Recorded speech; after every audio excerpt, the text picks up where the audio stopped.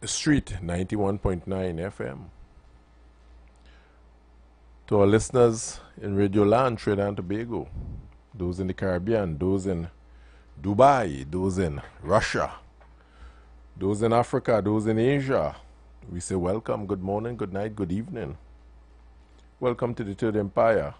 I start this evening by giving thanks to the universe, giving thanks to the energies, giving thanks to the ancestors, giving thanks to the Creator for having us above ground to give thanks and praise, to enjoy the wonders of this creation, to give us wisdom, knowledge, and understanding to understand the purpose of life and reason for our existence on this earth, why we live in harmony, break bread and build a future for generation and generation to come. So when they look back, they can say, we who are existing now, we have done well.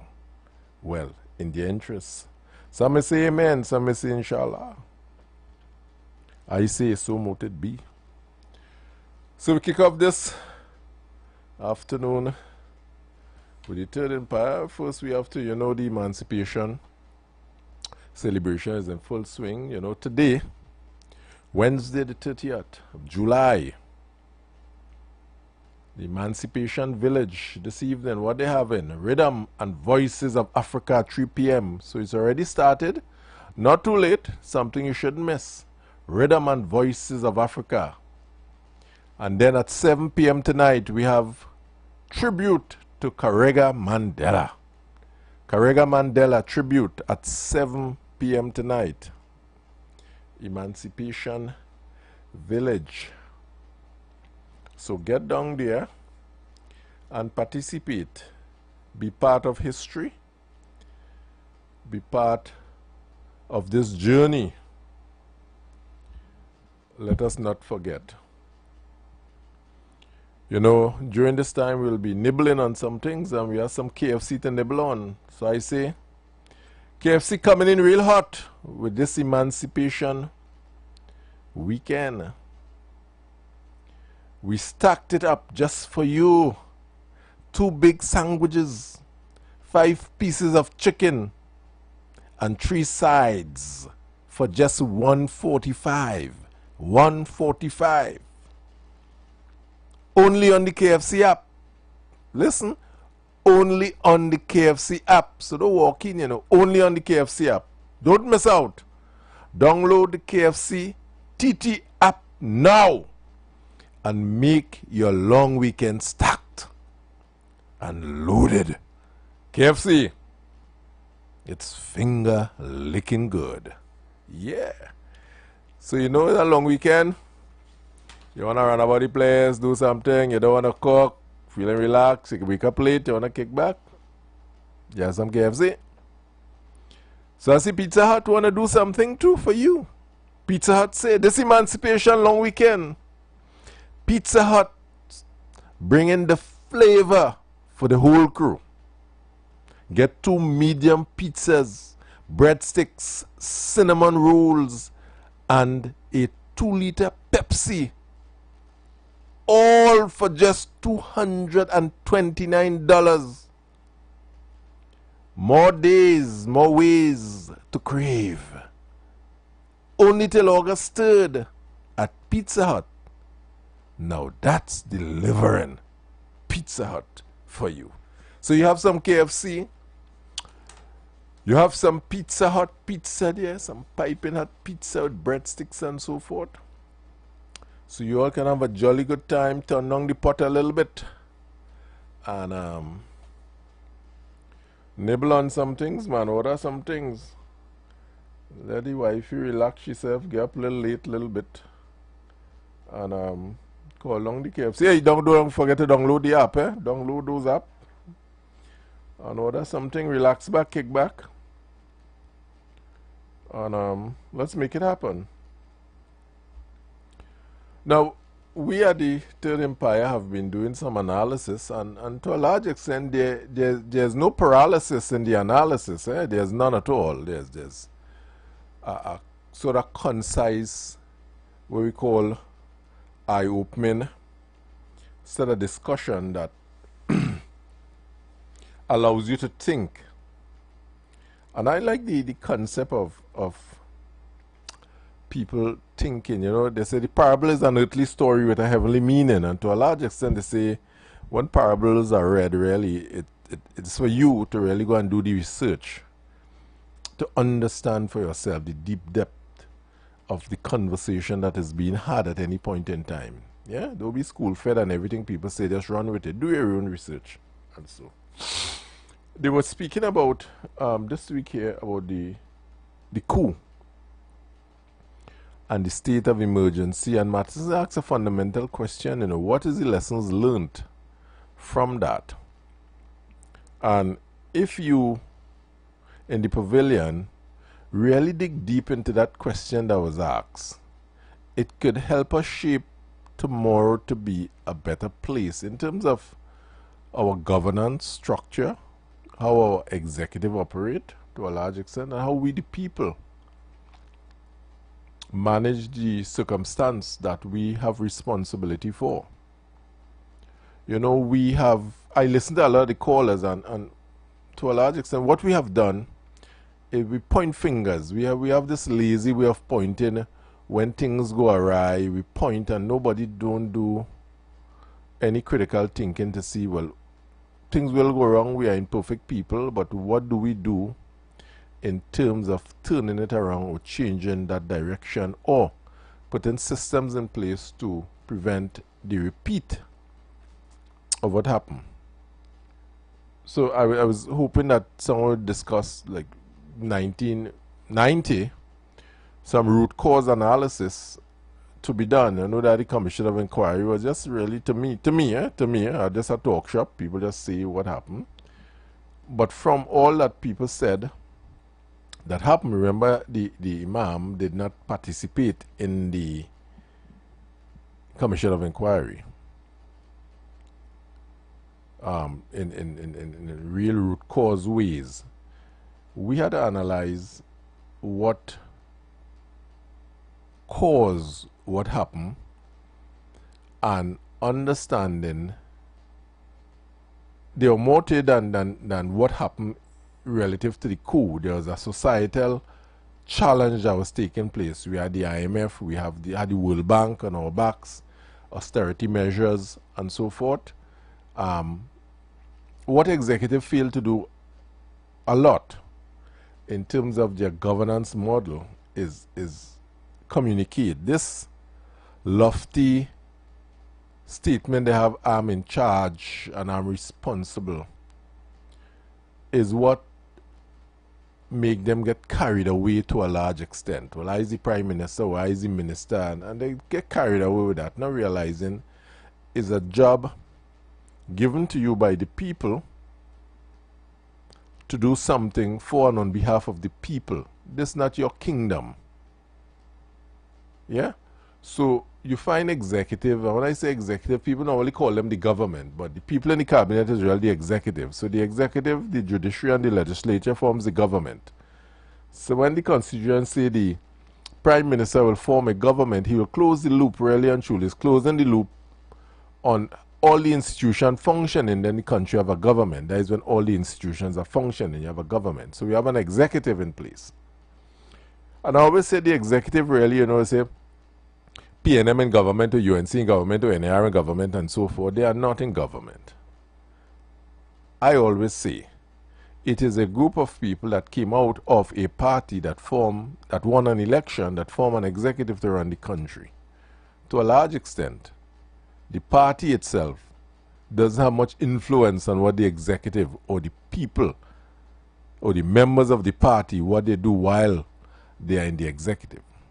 I'm seeing a different approach now. I'm seeing where, because I always talk about it, you cannot have representation without consultation. If you go on there to work for me, you have to talk to me and ask me what I want. More sugar in the tea, a little more salt in the rice. You must talk to me, understand what I'm feeling, what is my needs. Are you building? You doing things based on what you feel. How you know that is what we want? Because you feel you should do that. You're going there to serve me. And we the people must hold the executive to account. You're going to serve me. Explain to me what you're doing. Let me make sure I understand what you're doing. There must be buying. I'm seeing that level of what I call parliamentary consultation, where the MPs and not no technocrats. The people vote you there, and the MPs are going back to the people for a mandate. See how they do it in some jurisdiction in developed countries, US and so England and so. They go back to their constituency for a mandate or a position that the MP should take relative to a decision the executive and the parliament wants to make. You get the position, what the country feel, what the people feel, because you represent the people.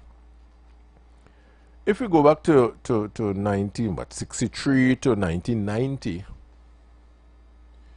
and I'm bringing it up to the coup time, we had two oil boom. Yes, we came in, we had some small budgets then, $200 million budget and so forth. And we reached 1990. But if we check the journey to 1990 with those two oil boom, what happened? What did the executive do to put us in the position to face IMF and the World Bank measures and loan? Although the loan at that time was 80 million and it was no big, okay, at that time it was big loan. When you take $80 million and so loan from the IMF and so forth to help turn around the economy. So we took two loans as the case may be. So we were in dire straits because from those two oil boom, put it in layman terms, we heat up the economy in terms of spend. And what we weren't mindful of, the country was spending like the oil boom revenues will be forever. You understand how we end up with 1990 and NAR and Robinson doing what he had to do, and Chambers tighten your belt. It really started with Chambers, George Chambers. Tighten your belt. We didn't understand. We find, because we get spoiled with this two oil boom and the lavish spending, increase in salaries and the expansion of state enterprises, and we spending. With the belief, I have to say with the belief, because we didn't stop spending, that the oil boom that we experienced, those two oil boom, I think it's 73, 79, around there, we had two oil boom. 74 to 80, around there, that period. So we had some good money coming in around that time. You could look it up, it's public information. And we spent, and we heat up the economy in such a way, not realizing that if the oil boom, that revenue slip, what we're doing cannot be sustained over any long period of time. And our surpluses in 2007, we came out with the Heritage and Civilization Fund and so forth. But we couldn't sustain that revenue demand of salaries and the institution we put into play, as the case may be. And it caused Chambers to say, tighten your belt, and we say, Chambers, you're done, see, because we were spoiled and spending lavishly all how, walla walla. But Chambers on the right track, he saw it.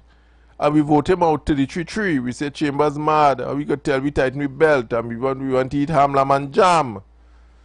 We say, Chambers done, see. Robinson, we say he done, see. We say, oh God, he come to kill we, boy. That when VAT came in under Robinson. 15% VAT and so forth under Robinson.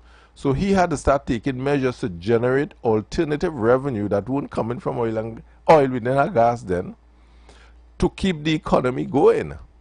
I know there's a cutback. I wonder if the public servant ever get that 10% that the government took from them. I was finding out.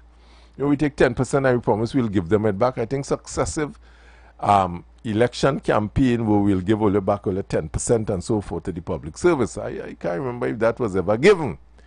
I doubt, and if it wasn't, there's a promise. Well, you know, sometimes they say a promise is a comfort to a fool. But I hope this wasn't a promise like that. So, we were down the track of the government spending a particular way. That's the Eric Williams executive. Chambers inherit this dragon in front of him, and he started to pull back and try to curb back, right? And started to do the moonwalk. And the people didn't understand it. And I say they didn't understand it because And this one I want to keep on the platform. Present to this government, communication is so critical. If people understand what you're doing, why you're doing it, how you're doing it, and how we'll all benefit from that decision, people will go along, you know. But don't mystify the decisions of government or governance. When you mystify it, you leave it up to supposition. I don't want to say assumption, you know, supposition. Because you know assumption does, eh? Okay. Suppositions you leave it up to. When you do not have effective communication with the public, don't twist and turn and talk the talk all how, you know. Let the MPs go back to their people. Maintain the relationship with the people who vote you in. MPs. You're in parliament, you're going to vote for something. Show the people you understand what you're going to vote for, you're representing them. And this lack of communication, because of the hoity-toity behavior of people when they become ministers and they senators, and so they get hoity-toity, they get a laugh, yeah? Like they just do different numbers than the average man when they get appointed. And that, remember, they are appointed and not anointed. Come back down to the people that put you there and have the conversation with them. So you will get that buy-in. I must pause and say welcome to my colleague in Paya, Stephen Matheson. Welcome, Stephen. The mic is yours. Yeah, good evening, listeners. Good evening to the management and staff of 919 Street 919, and good evening to all listeners. It's nice to be here again today, Stefan. I've been listening to you. Yeah, very interesting conversation. We had a lot of that in the last 2 days. Yeah. And just to add to what you were saying, there were other things percolating around that time, and as we all know,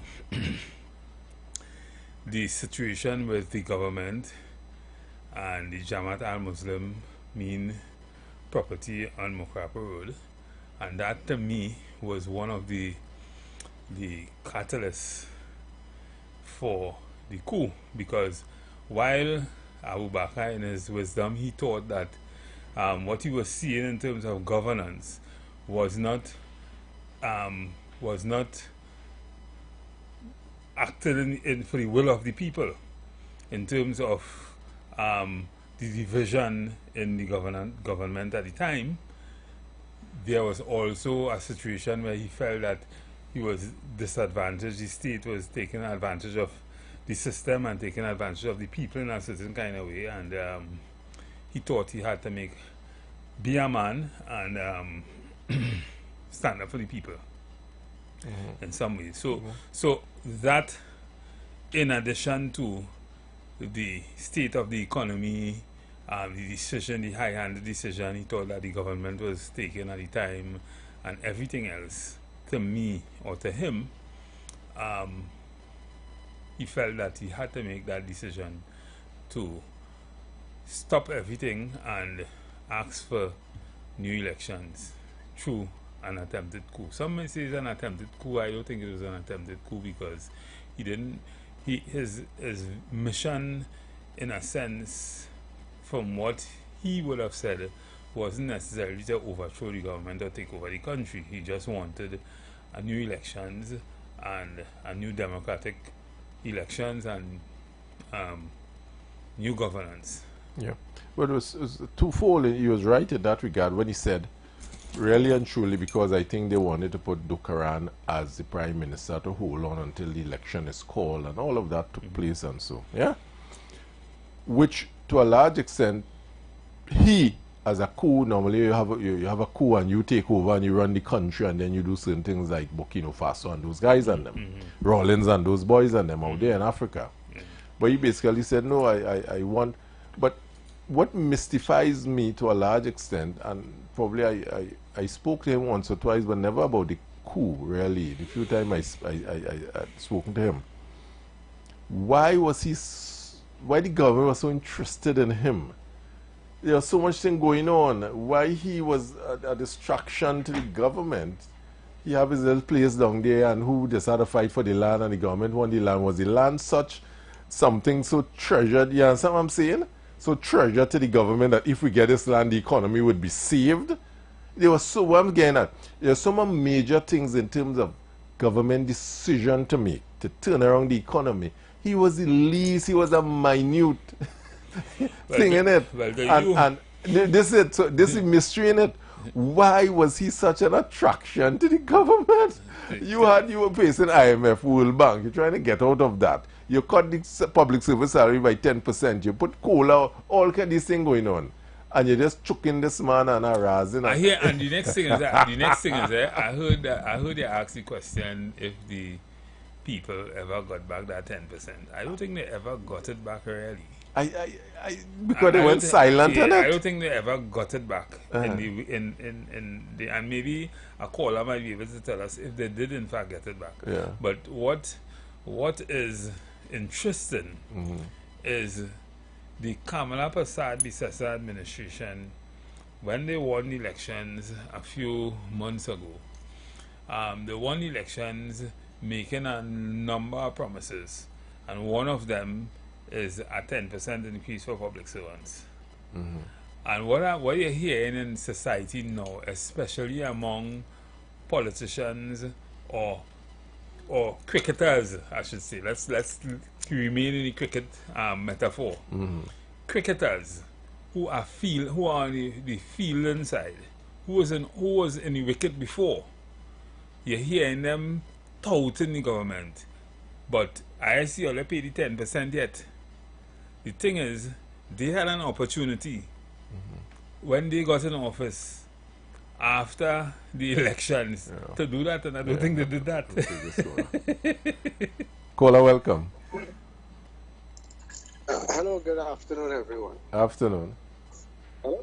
Yes, afternoon. I think you, the person who just answered me there, you said something last. But anyway, that is a final time. Here, I want to ask a quick question. All right? Now, I'm not on the radio, so I tend to listen to you all. Now, in 1970, I was still in water form. I came in the picture in 1974 as a baby born, right? Now, here my question is, right? What were the causes to the build up to 1970 and to 1990? Just before you try to answer quickly, because why I say that, right? It is said that the Bosnian conflict, they say the roots of the Bosnian conflict started when the Archduke was assassinated in 1914. And all of those Kotrora using that local parlance. What was the build up to the Serbs and the Croats conflict? So I am asking, you could go on the internet and find anything about anything in the world, but you can't find much about what were those two causes. So is it that what you all are speaking of is something coming up to that question I'm asking the question? Let me try you can always ask the question. All right, good question. Good question. So to the caller, all right, to the caller, in my opinion, and I'm a student of history to some extent. In my opinion, the 1970s revolution was quite different and apart from what happened in 1990. Right? The causes were different. We had all over the world, started from probably Densica, Black Africa, in the late 60s, and then the incident that happened in the coming out of America, and student protests, the incident that happened in Canada, Sir George Williams University, with students uprising, and then which cascade into even the University of the West Indies here. Dave Dabro, who was later called Makanda Daga, who was the president, I think, of the student guild at the University of the West Indies, and the protest action, all of that would have come. There was a general feeling around that time that black power, black uprising, people must now have. You had most of the banks, for instance, in 1970 were foreign owned. You had most of the commanding heights of the economy at the time was foreign, was not nationalized. So you find that to a large extent, black people in this part of the hemisphere, the US, the Caribbean, even Canada and these kind of places, they felt that they were marginalized somewhat, and that gave rise to Trinidad and Tobago, and the politics in Trinidad and Tobago at the time became like a tinderbox. Anything can happen when, even with the trade unions, and you remember also that you had the ISA, the Industrial Stabilization Act, yeah. and that too was creating some problems in the system in terms of the restriction of trade unions and that kind of thing. So all of that, that whole conundrum of issues percolating at the time would have what really gave rise to the Black Power, the 1970s, what we call revolution. Yeah. That was separate and apart. That was quite different from what happened in 1990. Yeah. As we said between yesterday and what you just said, 1990 had a lot to do with more local thing. Yeah. Right? It had a lot to do with local politics, governance, the way people felt that they were treated. Maybe in some ways people still felt, not people, but the Jamaat al-Muslimin, who would have championed the cause at the time, because they felt that there was rising crime, they felt that a lot of issues were taking place, and they didn't feel that the citizens in a true democracy was given the kind of credence they should have been given in terms of the rights and the, that kind of thing, and therefore they would have made the move to bring about some kind of change in governance by what they did, but it was different from what would have happened. The issues were quite different. Yeah, in 1970, as you said, the 70s, I mean, I saw part of it. I didn't participate, but I was around for it. There was a number of voices from different sects speaking in accord with the concerns that they had. Exactly. So that was the difference. So apart from the students, you have workers, you had unions, you had all these cumulation of voices saying the same thing and had the same concern with one group, right? So they could have zero in about the changes they want. In 1990, there was only one voice with his concern, with the issues he had with their invading his land, and he pushed back. So it was an individual with a concern because there was no other voices with him. But mind you, there were other issues. He saw that he saw what was happening with Robinson and the decisions all of that, they were making. but there were no trade union, there were no workers, there were no sect of the society partnering with him relative to the coup. And to a large extent, amplify the larger cause of the coup was the antagonistic way the government was treating him and his organization. You see it localized now? At one Mukurapu. Yeah? So the whole coup was him pushing back the best way he felt he could have done at the point in time. And what I think what he expected also was that, well, we always talk about Bellinicat. So I think what he expected also is that he would have had a different kind of support. Because he kept saying at points in time in one of his interviews that the people was with him, but they really weren't with him. They weren't with him. In the way he thought they were. So, they were sympathizing behind the curtain. Inside 1970. There were some politicians, however, who, in my opinion, was with him. Politicians are strange creatures sometimes. In 1970, the voices of 1970 were public and in view of all to see, you know. And it was a worldwide, thing from Stokely and them boys from Canada and all over the place. You could have seen and pinpoint. When the professor was something where they burned down a whole section of the Sir George Williams University in Canada and Montreal. And they would hide and they make their jail, they come out, they fight and so forth. So that was a culmination of a different set of people who understand the challenge that they all felt, and they say collectively.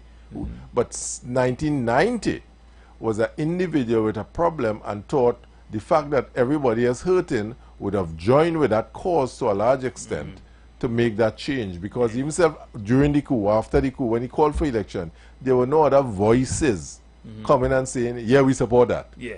Everybody hiding a corner, really and Correct. truly. Yeah.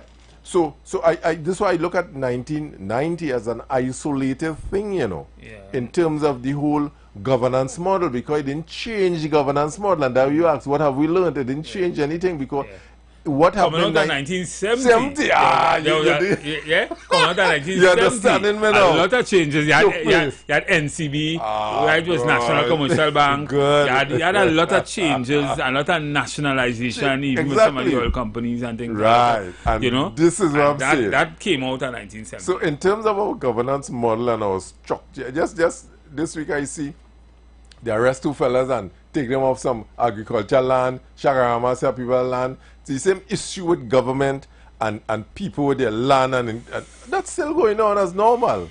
And the land is the people own. You understand? So 1990 to a large extent didn't impact in the change of behavior in the governance model or how people view government. They didn't. Yeah. And so on. But 1970 had that impact, and that's the question you had asked. What have we learned? How did that change anything? And I don't think we would have learned much changes, not even the politicians. There are some who would agree that the politicians are a lot more amenable to listening to the people in some way. Well, this new crop of politicians, I heard you kind of veered into a discussion just now before I came. I was listening to it in the car. Yeah. To some extent, this new group of politicians, they operating a lot different from when they were there before. And they listen to the empire. And they're listening to the people. Maybe they're listening to us too. They listen to the empires. But they are meeting with the people. They have to.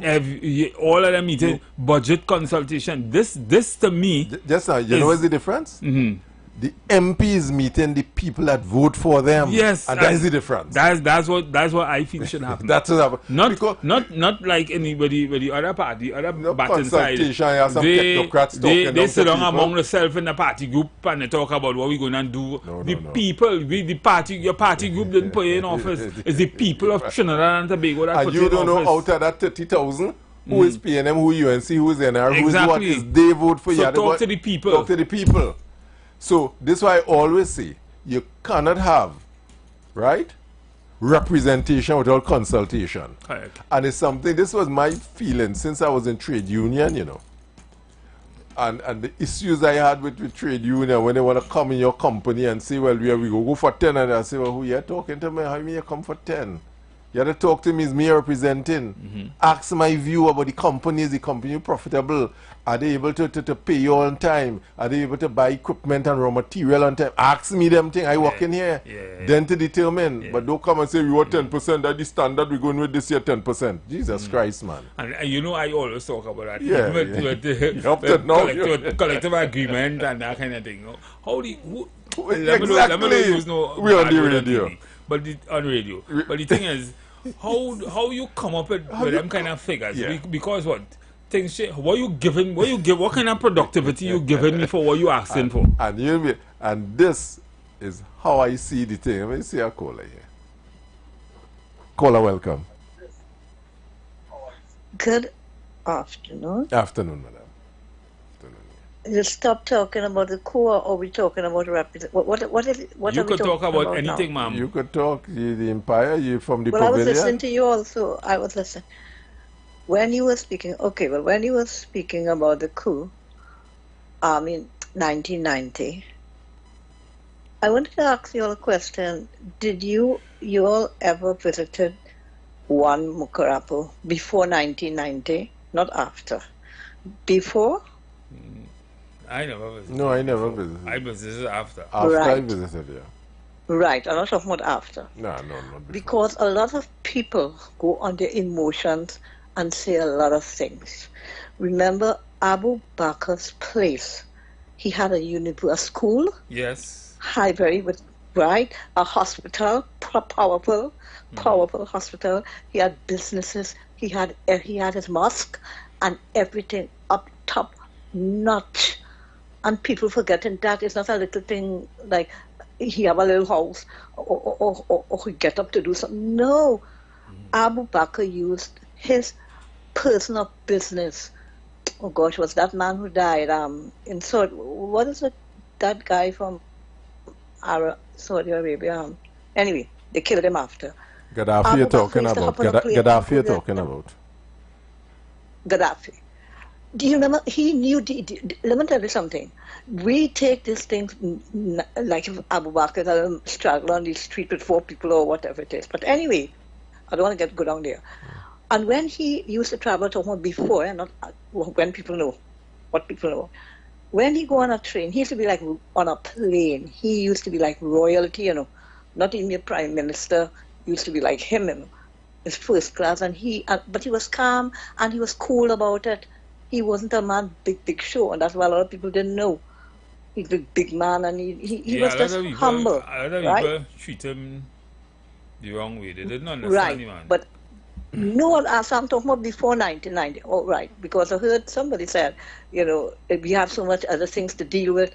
What Abu Bakr was dealing with was plenty things, you know, bigger than when he came. He offered. The question was, have we learned anything at all from it? Have we? Yes, I'm coming to that because I answered yesterday. I answered yes, but I'm coming to that. When he gave the medicine that we did not have in Trinidad from his people, right, from away, $100 million of medicine. Our government so bad, mind they refused. We don't want that. So they rather the people died and did not take it. How you could be so did not take it. So that man is not a man with a slight thing. No, we did not learn anything. Because see how you all are speaking. Right, up to now, we haven't learned anything. Because you all should have been revolutionists, right? Mr. Selvon, did he say he was the big man going on belly cap? I didn't see he doing nothing yet. So you see, 1990. When on automotive we learn, of course we did not learn anything. How we could learn when they were sitting down there maybe, and it could have been, and I should have. And because I'm going on now, because I listened to all it from the time this started, and you went on different topics. So I have to tell you this. It's not Mr. Madison, or I think it's Mr. Madison. When you all talk about the executive, you heard what you said? You heard how you heard what you said about the executive? What is the executive? Could I ask you a question, Mr. Madison? Well, the executive is the team, the group that is charged with managing the economy. That's the executive. Oh, well, thanks for that, but I did not know it as that, so thank you for telling me. I always thought that when we elect an administration, whoever it is, whoever comes into office, we have 41 people, well, saying 41 now, whoever was there at any point in time. And they make up the government. And there are 41 members of parliament. Every one of those members, so we have the executive is the one who won the election, right? And the 41 people there are all just as important. Each one is important as the other one because the 41 of them sits in parliament, right? It doesn't have half sit or you could have come up. Everybody have their say when they have to debate, when they have to do this, when they have to do whatever. They mightn't get what they want. The opposition might not get what they want, right? But they are there to debate and say what they want.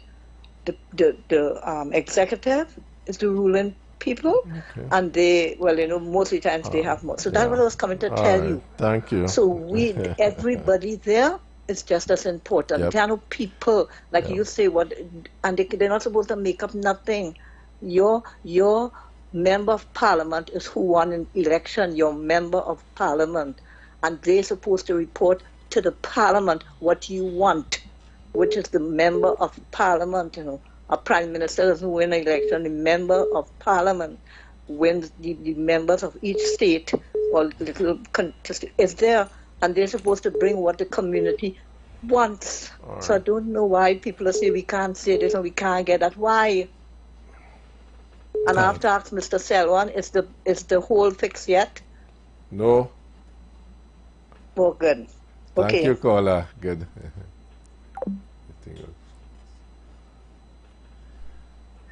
Caller, welcome. Good afternoon, gentlemen. Afternoon. My sister there is speaking in a perfect world and a perfect scenario. That don't happen in Trinidad, my dear. Unfortunately, it should, but it don't. Now let me explain. In 1970 was like a child coming to be a teenager. In 1990, the child lost his virginity. And now it's gone haywire. Right? I put in a chip and a nice term so that we could understand the difference in the mentality and think about it, how it was with you at those two different stages, and you will understand how the country has gone. And it didn't go in a nice way. Because when it lost it, it was not married.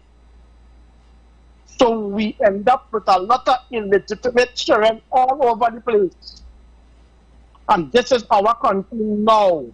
Understand what I'm speaking and how it's aligning. Recently, I heard Mr. President Trump speaking about having a discussion with a man on the ground. And the man told him, we can do certain things within 2 weeks. He said, wait, what do you mean 2 weeks? I was told by the general 2 years. He said, no, it can actually be done within 2 weeks. He said, but did you tell them that? He said, well, no, when they come from America, they come with orders, so we can only follow. He said, okay, I'm going to take what you said and your plan, and we go to the general and we'll get it done. And you see, that is the difference between a leader and a dictator. One listens to the people, the other listens to the friends and himself. And this is what we have the problem with in the country. You see what you are speaking about, going to the people and speaking? And what the lady is saying about the member of parliament supposed to have a say and bring forth the people who voted them in issues to the parliament. That's what it's supposed to. All right, caller, you seem to break up there. Thanks again. Yeah, I agree with the caller there. So, caller, welcome. Caller?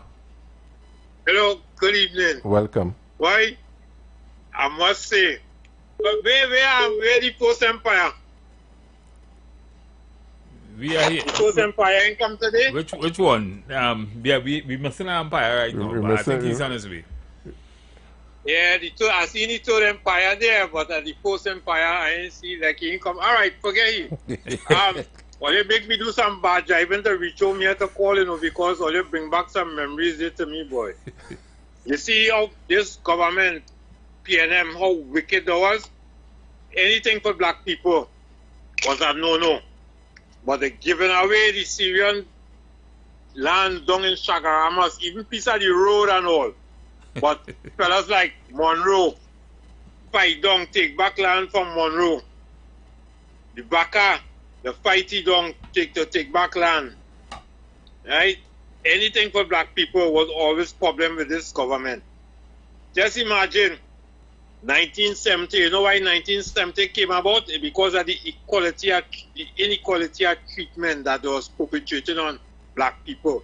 That caused the revolution in 1970. Correct. That is why Rowley and them could go home with the whole Prime Minister's salary as pension, because in 1969, when the Black Power thing was moving up, Eric William put in place where he could get the whole salary as pension for life.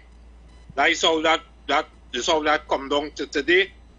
So Rowley to go home with how much millions and his salary as a pension. Right? Anything for black people. The Mecca, they take the Mecca and they give it to Chin Tiefenland in the back of movie tongue. But I know what's going on with that, if that stop or whatever going on with that, But I remember anytime I go to watch a movie, This to show the development are going to take place in the back there. All right, caller.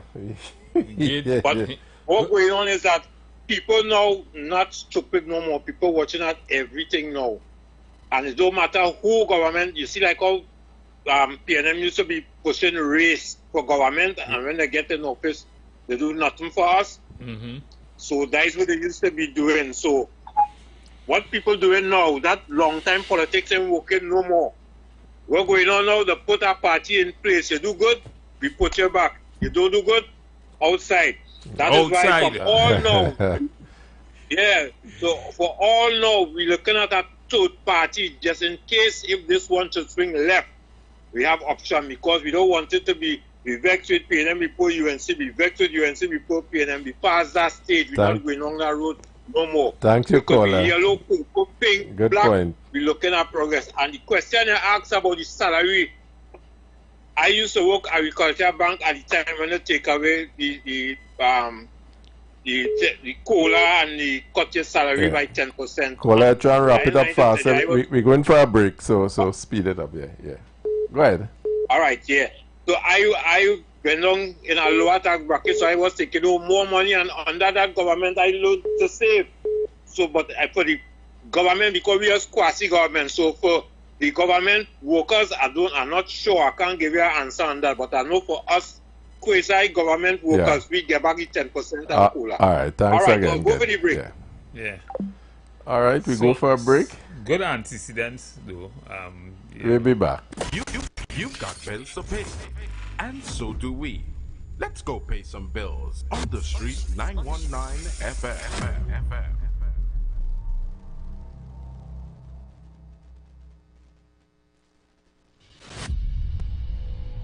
Come shop at the biggest African market in the Caribbean with its African-inspired art, craft, jewelry, clothing, books, delicious food. We're at the Queen's Park Savannah, transformed into the Lidjasu Omuale Emancipation Village for the 2025 Pan-African Festival TT, commemorating emancipation, July 25th to August 1st. Also, enjoy jazz, pan, calypso, reggae, dance, drumming, bois, art exhibits, and for the children, the African Heritage Camp and workshops. The village opens 10:30 a.m. to 10 p.m. Free admission before 3 p.m. Just $40 after. Kids under 12, free all day. Bring your family, your friends, your vibes, and let's celebrate the 187th anniversary of emancipation, our heritage and future together. The Emancipation Support Committee, shaping sustainable futures through reparatory justice. When your corporate event needs more than just food, it needs an experience, a Michelin experience. From mouth-watering buffet spreads to beautiful packed takeaway boxes, the Michelin Experience Limited delivers more than just wheels. We deliver flavor. We deliver satisfaction. We deliver excellence straight to your boardroom. Whether it's a conference, board meeting, or a retirement function, go beyond basic. Go bold. Go Michelin Experience Limited. Call us now at 1-868-474-2250 or follow us on social media at Michelin Experience. Great food, exceptional service every time. If you love summer and you love pizza, then you'll love Pizza Hut's all-you-can-eat summer. Head to the Hut for our big buffet every day. Then simply upload your receipt to our social media pages for a chance to win a PlayStation 5, a 5-island cabana experience for you and 9 friends, and so much more. Check our socials for details. Pizza Hut, now that's delivering. Looking for a preschool for your child? Well, look no further. At Leaping Learners Preschool, we believe that every child deserves a jumpstart to success in a safe and loving environment. We prepare your little ones for primary school while giving them the care and attention they deserve, whether they're 3 or 7 years old. At Leaping Learners Preschool, we cater to children with special needs and provide long hours of care from 6 a.m. to 6 p.m. so you can rest easy knowing your child is in good hands. And for our tiniest learners, babies aged 3 months to 2 years, we offer nurturing daycare services to help them grow and thrive. Join the Leaping Learners family today. Find us on Facebook and Instagram at Leaping Learners Preschool or visit our website at leapinglearnerstt.com to learn more. We are located in Barataria. Called 744-1523. That's 744-1523. Your child's future begins with a leap. This isn't just a bottle, it's a moment. Coca-Cola is asking you to come out on August 2nd at Shops at West City Canaan, 12 to 5 p.m. and customize your Coke. Can't find your name in stores? We'll print it. More info on Instagram and Facebook at Caribbean Bottlers TT. We rollin' big when the jackpot hit. We rollin' big when the jackpot hit. We rollin' big when the jackpot hit. Play way fast cash, that is the fit. We rollin' big. Fast cash and play way take win. No extra spend, just vibes and luck. Play way and fast cash turn up. We rollin', yes we rollin' big. Fast cash and play way take win. Mega mix or monster pick. Jackpot from 10,000 quick. Jackpot starting at $10,000 have now been added to NLCB's Playway and Fast Cash games. Wager on Playway Mega Mix or Fast Cash Monster Draw for a chance to win the jackpot after every draw. Don't miss out. Visit NLCBGames.com for details. Players must be 18 or older. Please play responsibly. Ikaro, I am Alatumishe Ifabamishe Aganki, better known as MCDU. And every Monday between the hours of 9 p.m. to midnight, I host a show called Orisha, The Way of Life, right here on the Street 919 FM, where I have guests passing through from the Orisha Ifa Baptist Diaspora to educate, edify, and inform you, the listening public, about Orisha Ifa practices. So remember to tune in every Monday between the hours of 9 p.m. to midnight for Orisha, The Way of Life.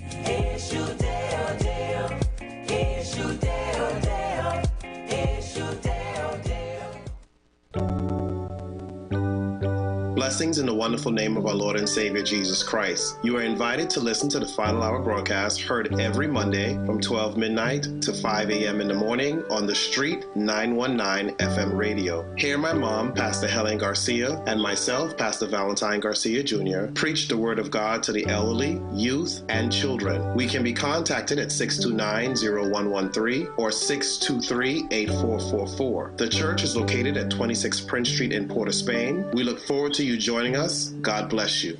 As my life I lay it on the altar, as my life.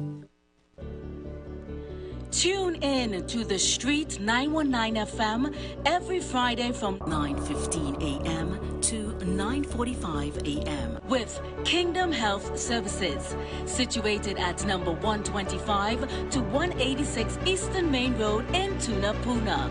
For the program Health and Healing, merging the old with the new, with Mr. Brent Diet. For more information, call 318-7471 or 484-0141 or 360-4100. It's all about Kingdom Health Services on the Street 919 FM.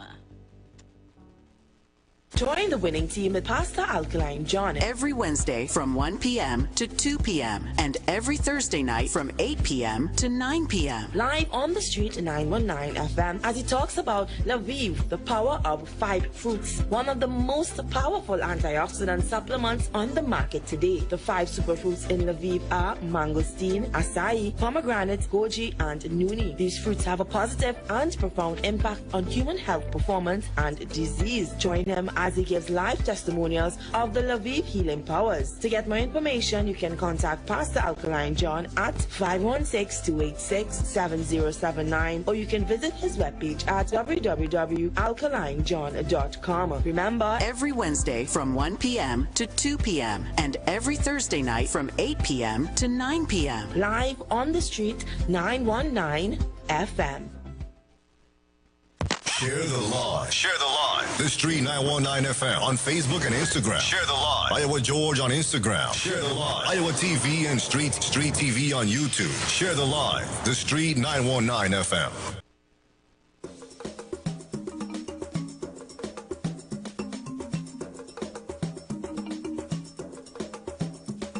United together, come together, stronger together, unite together, united together, come together, stronger together, unite together, united together, come together, stronger together, unite together, united together, come together, stronger together. Emancipate yourself from all of the mental slavery. Emancipate yourself from all the bad mind and envy. Africans must love each other. Help one another, pray for each other. Emancipate yourself from all of the mental slavery. Emancipate yourself from all the bad mind and envy. Africans must love each other, help one another, pray for each other. Tell my people, gather together, together. When Africans gather together, together, we become more stronger, and we will have the victory. We will have the victory. When Africans gather together, together. When Africans gather together, together, we become more stronger, and we will have the victory. We will have the victory. Let us stop killing each other, each other. Respect and love one another, one another. Uplift and help out each other, and rebuild our families, rebuild our families. Let us stop killing each other, each other. Respect and love one another, one another. Uplift and help out each other, and rebuild our community, rebuild our communities. Emancipate yourself from all of the mental slavery. Emancipate yourself from all the bad mind and envy. Africans must love each other, help one another, pray for each other.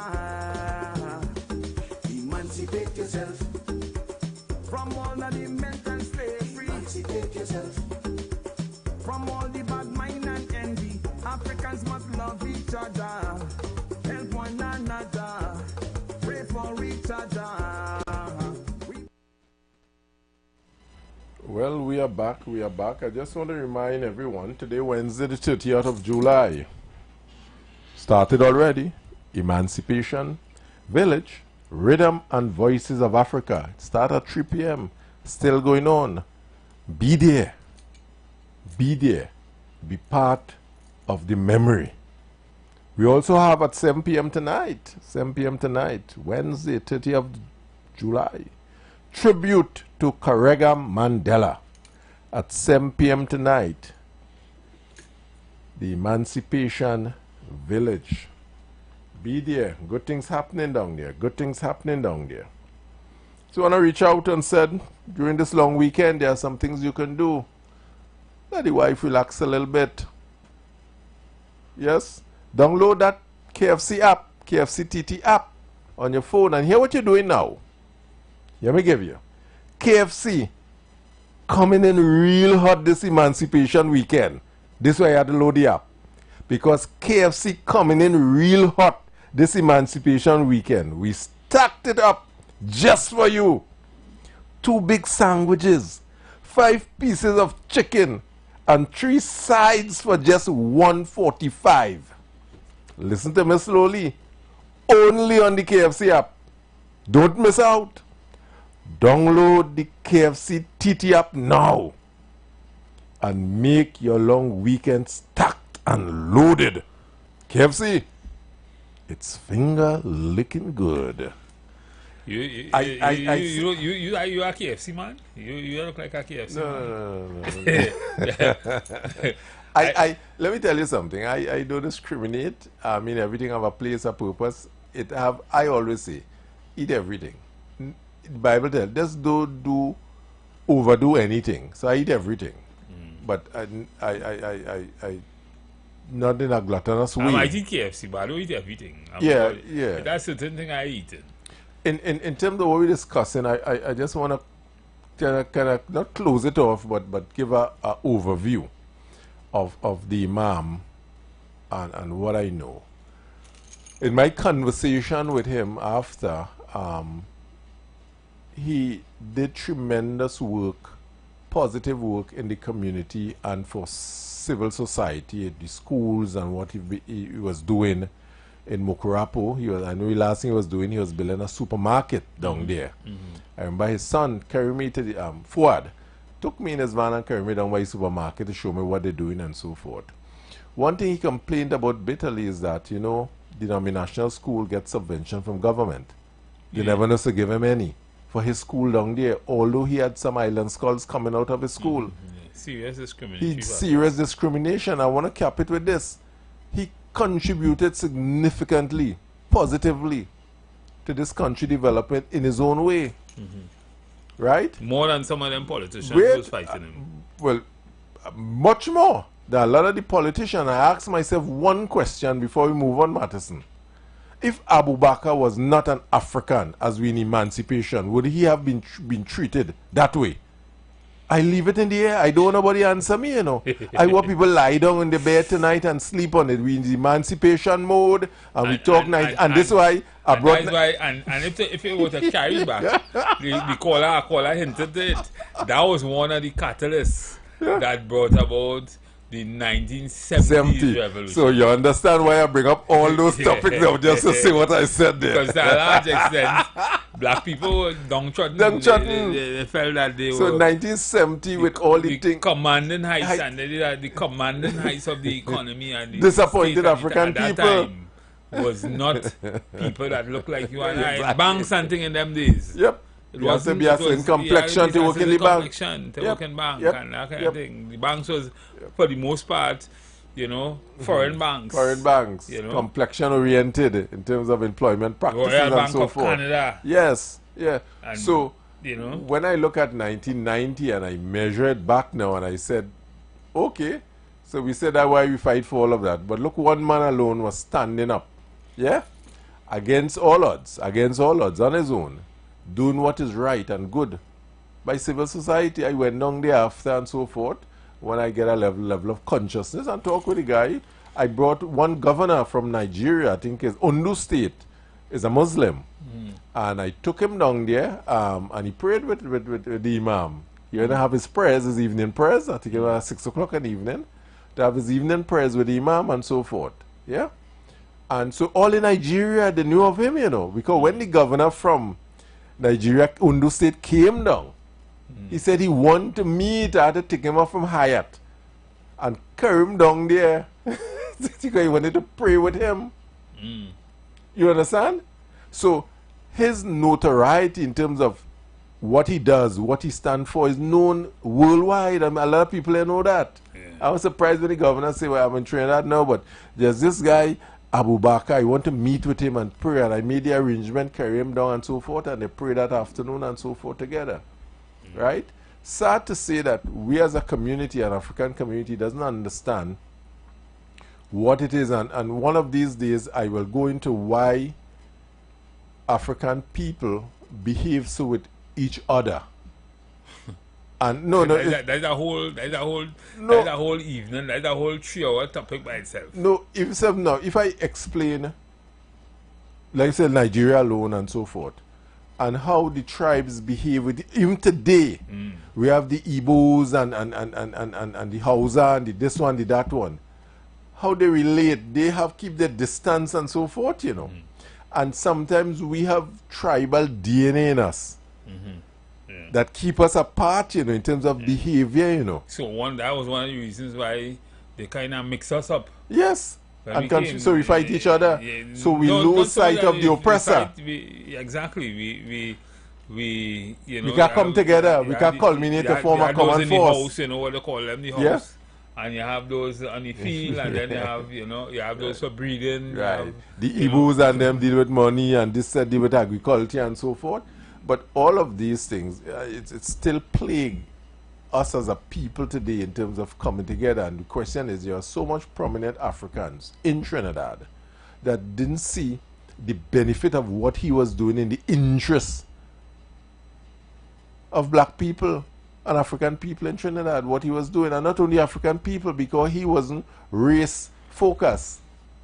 He was human development focused. There were Indians, African, all kind of people in the school and so forth. And not who lift a finger to really support him, and that is the fundamental question. So I encapsulate what I was talking about with him with that. Had he not been African, would the situation be the same? Caller, welcome. All right, go on. Yeah, so that's why I brought up 1970, and I come back and we look at it and say, whoa, different, boy, different. I remember someone, caller, welcome. Yeah, good afternoon, good afternoon, Empire. It's a lovely day for cricket. Yeah, talking about the Nigerian situation with the tribes and things, there's a term in sociology they call representative bureaucracy. That is in sociology where in Nigeria, because a lot of studies were done by a political sociologist by the name of Bola Dauda, D-A-U-D-A. And you are saying that members of the tribes, they prefer to feel more comfortable doing business with their particular tribe. So if, for example, a tribe should go in a business or in a government department, he would prefer to deal with someone from his direct tribe. So this man came up with representative bureaucracy. And and if you take it out now, it is transformed into the plural society or the heterogeneous society, in that people from one ethnic group will always feel comfortable working with their group. But that is one. The other thing I wanted to mention was the lady on the separation of powers. You know, the separation of powers was conceived by a gentleman by the name of Montesquieu, M-O-N-T-E-S-Q-U-I-E. Montesquieu, yeah. In 1771, he was from a region in France they call Segondat. So he conceived this idea of the separation of powers, which is the legislature, the executive, and the judiciary, all independent. All should be independent. That was that is what he conceived. Right? Now the legislature is all the members, like in Trinidad, for example, the legislature is all the elected members in parliament. Whether you're government or your opposition, it belongs to the legislature. Yeah. Now the executive is the cabinet. So a government MP who is not in the cabinet is not part of the executive. He's part of the government. We kind of blowing the lines a lot in Trinidad. Oh Lord, yeah. Right. Yep. Go ahead, caller. Go ahead. And now we have the judiciary now. Well, in our case, is headed by the Chief Justice. So I wanted to, because apparently the lady who called, apparently she wasn't sure what the cabinet is and what the legislature is. Yeah. So I just wanted to make that point. Agree that we appreciate that. Yep. Yep. Okay, so thanks. Yep. And those are things we have to keep educating the population on every so often ad nauseum, because a lot of times people misplace responsibilities. I like how you put it. So they have because they don't understand how government is configured in this kind of system, this kind of British system. We kind of misplace who's responsible for what. Yes. And we blame somebody wrong. We blame some people wrongly. Yes. And some people promote themselves in ways. Some politicians promote themselves in ways that they really. Well, we have a lot of blowing at the lines too, right? Because you have MPs who are supposed to be part of the legislative, who are also part of the executive in certain kind of ways, and that to a large extent sometimes sends kind of blows the line in real understanding of the whole thing. And this is what I spoke about some time ago about the Eric William era, where people just accept what the politicians say. Because lack of the availability of proper that research. jacket and tie doctor politics in them time, that was a different thing. Anything You know, they say they go with. People wasn't educated the way they educated now. Well, Akola actually say when everything Eric Williams said was the truth and he was correct, and people actually say them people things. say that because you see, and but strangely up to now, people are saying when a politician says something, every Tom, Dick and Harry, and Jane have a doctorate now. and what people doesn't understand. I mean, I don't want to go back down the road of education. But a doctorate, I hear they call Dr. Rowley, and Dr. Rowley. Listen, I'm not going to class you any PhD. If after 5 years you are writing no paper, you in peer reviewing nothing, you a doctor in what? Listen, those things are shelf life in my opinion. It does. Have a shelf life. If you're not researching, you're not reporting, you're not writing, you're not publishing, right? In your field, even as a person with a master's, right? If you're not practicing. Well, I am practicing in my area, but if you're not practicing in the area, I'll give an example. Your masters have a shelf life. I'll give an example. When I met you and I say, I want you to start doing some HR for us and so forth. You know who was my lecturer in Cipriani? Gabriel Yates, you know. Yeah, I remember that guy. Gabriel Yates. Gabriel Yates used to work with me in 1980. I mean, 1994, 95. I would have went Cipriani, I was checking 40 years ago, you know. What? I can't compare with you. You were like the road, but 40 years ago. 40 years ago. So, this is why when I met you, I said, Marty, here we going on, Brez. I just green, you know. I force right. I come and handle my HR. I would know things. But a lot have morphed into different possibilities and different strategy in terms of HR, dare I say, and IR. I say, Brez, 40 years ago, I went to Gabriel Yates, was one of my lecturers. He wrote book and so forth. Yeah. Gabriel Yates was a good friend of mine. I know his daughter really good. She and I was in a class together in Cipriani a couple of years ago. So you're right. So back then, people believe everything the politicians say and so forth, and now we have to, as the empire who looking at it, have to really tell the people that, hey, that really didn't go on the gloves, you know, that went on the pad, it went on the wicket, and really pull out what is the real thing happening out in the player field, really and truly. Because men can come with some strangeness. Because you see, in those times, people you're like a child. So everything your parents say, everything your teacher say, must say. You believe, You know, must say this. Mommy say this. You know. But now you come to age, you have a little intelligence. Even if you don't have the intelligence, you have some exposure. And you understand certain things and you start thinking. And you realize, hey, boy, plenty of this thing was not really nonsense. Tell me something. I don't want to segue this. I don't want to lose focus. This might be humorous, but this you know, long time we parents are frightened us for you to go inside early.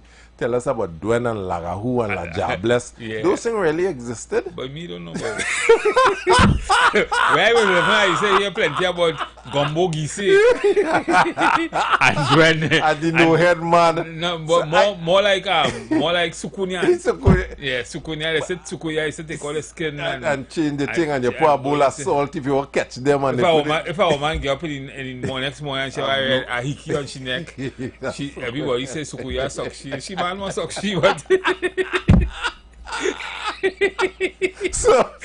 No, but the thing is, we used to believe that. We used to believe in Santa Claus. Listen, you know what I used to believe in when I was small? We still believe in Santa Claus, bro. I still believe in that. Though maybe we shouldn't talk that so hard because some parents will get vexed with me. Saying, listen, what we trying to continue believing in Santa Claus. It worked for them. The Tooth Fairy. Yeah. I used to wonder how it is my aunt, Auntie Jenny, how it is she used to know that my teeth come out. Because I would put my teeth below the pillow. And I sure to get money when I get up. And the teeth gone. So yeah, So we education and how look, okay. Children today, you see these little children, 5 years old, and they're on tablet, and some of them just show their parents what to do on the phone, something. Mommy not to do so, you know, do this and you'll get it. You see, so the brain is functioning different. So what passed for politics long time, it passing so now, and the evidence of that, when over 100,000 party members didn't vote for a party, it says somebody is watching the politics differently. And there is signs that people say, hey, you see that? We are taking out the talk thing. But it's still, in the education system then, it still had a lot of avenues for critical thinking. I mean, if you go back to when, one of those books, but I don't know if it's West Indian Reader, you remember the story about the man who put the cow on the house to eat the grass? Yes, right? Yeah, West Indian Reader. So, I mean, if you were to critically think through that, it would have been better to go up on the same ladder, cut the grass and bring it up for the cow to eat, right? But he put the cow on the, but all of those things were teachings for to set the stage for critical thinking. Yeah, because when you say, hey diddle diddle, the cat and the fiddle, the cow jump over the moon. The little dog laughed to see such fun, and the dish ran away with the spoon. It's to really analyze that, you know, not to really take it for granted that the cow could really jump over the moon, you know. All them things on your mind. Little fairy comes at night, the eyes are blue, her hair is brown with silver spots up on the wing. Yeah, you remember all them things, all them things, Pepani Convict. Yes. You know, all them things was, I mean, I ain't as old as you, but I remember up to now, I talking to this poem, The Beggar Maids. Her arms across, her breast she laid, she was more fair than words can say. Barefooted came the beggar maid to meet the king Fetua. In robes and crown, the king stepped down to meet and greet her on her way. It is no wonder, said the Lord, she is more fair than they. Nah, that was before me. That was before me. Those are the days. That was before me. That was in which book? There are poetry book. We had a poetry book. We was in the poetry long time, man. Long time. You had a lot of poetry long time. Let's take a caller here. Caller, welcome. Yes, man. Good afternoon. Selvon. Afternoon. And good afternoon, Mr. Stephen. Good afternoon. Right, both names is there, but I'm not Rolando in there. The President Trinidad and Tobago Villager, and then good afternoon, Trinidad and Tobago. Welcome. Right, welcome to the Third Empire Council. I want to call it a committee, you know, because it didn't make 12 for council yet. It's just about, I could say 4 because I know Miss Simola is jumping now and then, so I know you have 4 really. Right. We need 8 more to make 12, Prezi. 8 more, we get in there, you know. We get in there. Yeah, and all you bring up consciousness, they call it HR. And that is a very important position, a human resource. Because when I study the whole situation of what you teach me and what I maybe didn't know before, I come to realize how important HR, you could say, human relation, human resource, human in front of all of them things. We call it human capital management now. Yeah, you see, right. again, Well, you see? yeah. Yes. I did wanted to find out how to put the human capital in truth. Yeah, so that is why I give the position, and with my director have a position cross internationally. I want to see if I could use that to reach what we want to reach or we should reach. But that's why I'm holding on to my philosopher. That is the director, Mr. Selvon. I hear you, my friend. Yeah, you have a position that I want to hold on to see if I could help to do what maybe you can do. Because you have a position, but you may need a structure, and a good structure in the community already that should help if it get a little loaded consciousness. But at the same time, let me go back to the topic that basically goes on, right? And first to begin, it has a communication, which you bring in representation without consultation. It's such a serious thing. All of that is what really caused plenty of the 90 revolution too, in a sense, because in truth, we may be talking about 90 revolution, but a lot of people really didn't know what was going on. That was so secretive. If you go to study how far that came from, that came from the organization of NAR. That was like a coalition and mash up Pebble Club 88 and all them things. It was a war. But Club 88 came after NAR. After 76, yeah, well, that's the breakup. You remember that's the breakup because I remember with Lloyd Bess and all of them who end up walk away from that same situation of NAR. Walk away because of certain content they didn't agree in certain things. So when plenty maybe will be looking at it in a way how Abu Bakr handled the situation and the position he was. If we give him a chance, and I think we all understand that too, that had great politician involvement in it. All coming down the line. Now, in that area between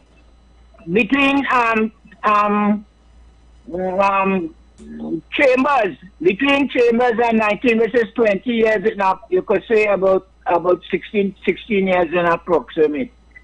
That had a great upheaval right there because even if you look at Chambers, when Chambers go in, they didn't necessarily that the place was broken as I could remember, But when Dr. Willie Liban, he was appointed somewhere to go in there as the Prime Minister. There was a war started, there was a bacchanal because Kamaluddin Mohammed and them fellas and them I could remember was watching that Kokia. It had big clean too, but eventually he got appointed to be there. But at least they say he didn't do good. And it seems like he didn't do good. And maybe he didn't do good because they call him Duncy in two different forms. It's either he Duncy or he Duncy. But eventually after all of that, and he ended up getting pulled down because money couldn't be paid, whatever, and then Robbie come inside. And that's the whole two thing until the 1990 when Robbie come inside and he tried all kind of things.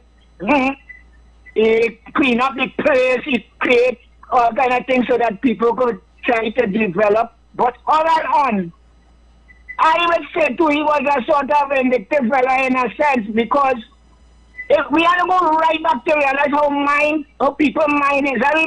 You remember the $50?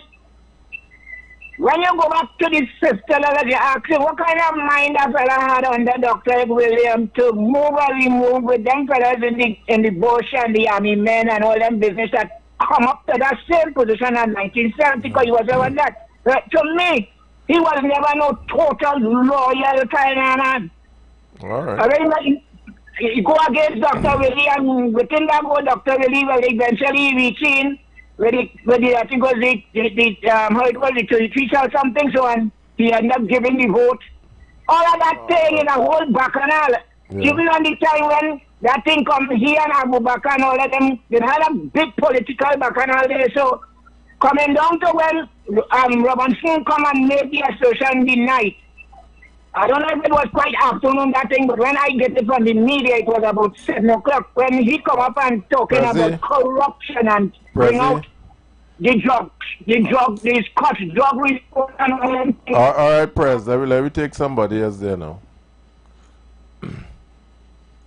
Yeah, caller, welcome. Good afternoon, guys. Good afternoon. Good afternoon, guys. Afternoon, caller, welcome. Good afternoon.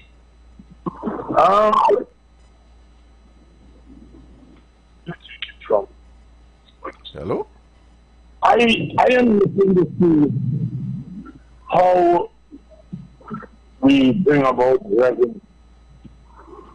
I feel that Kamala won the election because of the promises that was made, lower gas prices, lower food prices, 10%,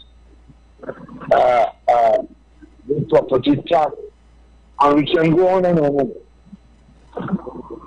I feel running up is like running up home. And I don't understand some of us who might be saying, Christmas coming, I want to be so. Christmas coming, I want to be there. But we didn't put aside money. So in case Christmas coming, that we would need some additional thing for Christmas, we do that.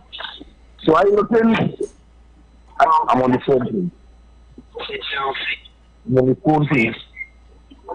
So I'm looking to see how we go about bringing about revenue. With this amount of promises we made, how are we going to handle these promises we made? Now, my people are sensitive.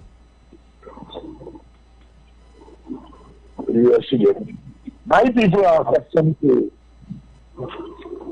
easy life. Not that he doesn't want to easy life. I think Dr. Rowley run this country. I stand to get blue said that is all right. I'm looking to see. We're not doing anything for right now. I'm waiting on the budget, and after the budget, then we can measure. Better. Excellent. Because people are waiting to see what is going on for me. Right. What I appreciate with the Kamala Prasad, the central government, is that they are on the ground talking to their people. Yes. You know, they are telling them, well, look, you know, this is the situation at present.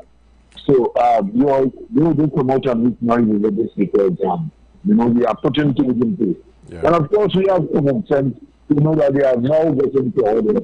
Give them a little chance to plan their work and move their plan. Good. All right. Other than that, are you looking to see no tap, no this, no that? How are we going to run the country? Gentlemen, good program, any confidential, let's listen. Thank you. Before you take a caller, let me discuss what the caller just said. Now, as the two empires, we had to analyze things, and to a large extent, we seeing the same thing them seeing. Yeah. But how you analyze it, how you critically think it through, is what will make the difference. What we should be looking at is how we come together for Trinidad and Tobago to win. And the whole thing about the promises Kamala and them, the Baton side would have made is all well and good. Politicians all around the world do that. Trump say you will end Ukraine war in a week or in a few days, right? And today he put up his hand. He can't do nothing, right? Russia gets stronger, Iran gets stronger.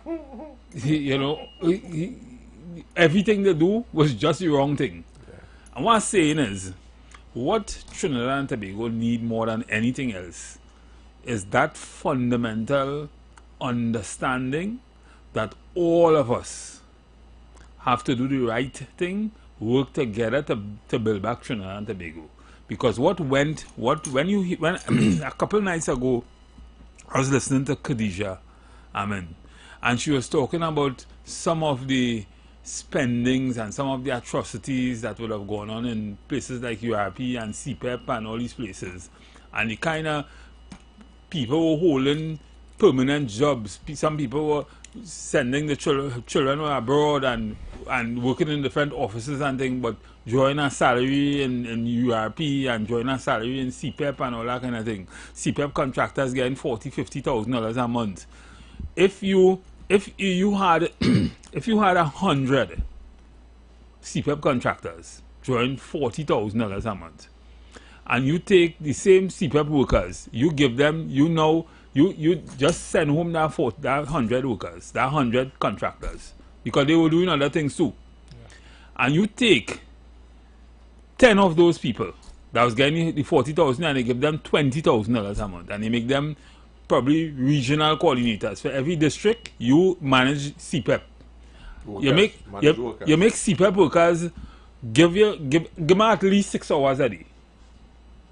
Right? Give them at least 6 hours a day. Right? You start 6 o'clock and you finish 12 o'clock. Or you start 6 o'clock and you finish 2 o'clock. Right? And your job is to manage or to maintain a particular area. Right?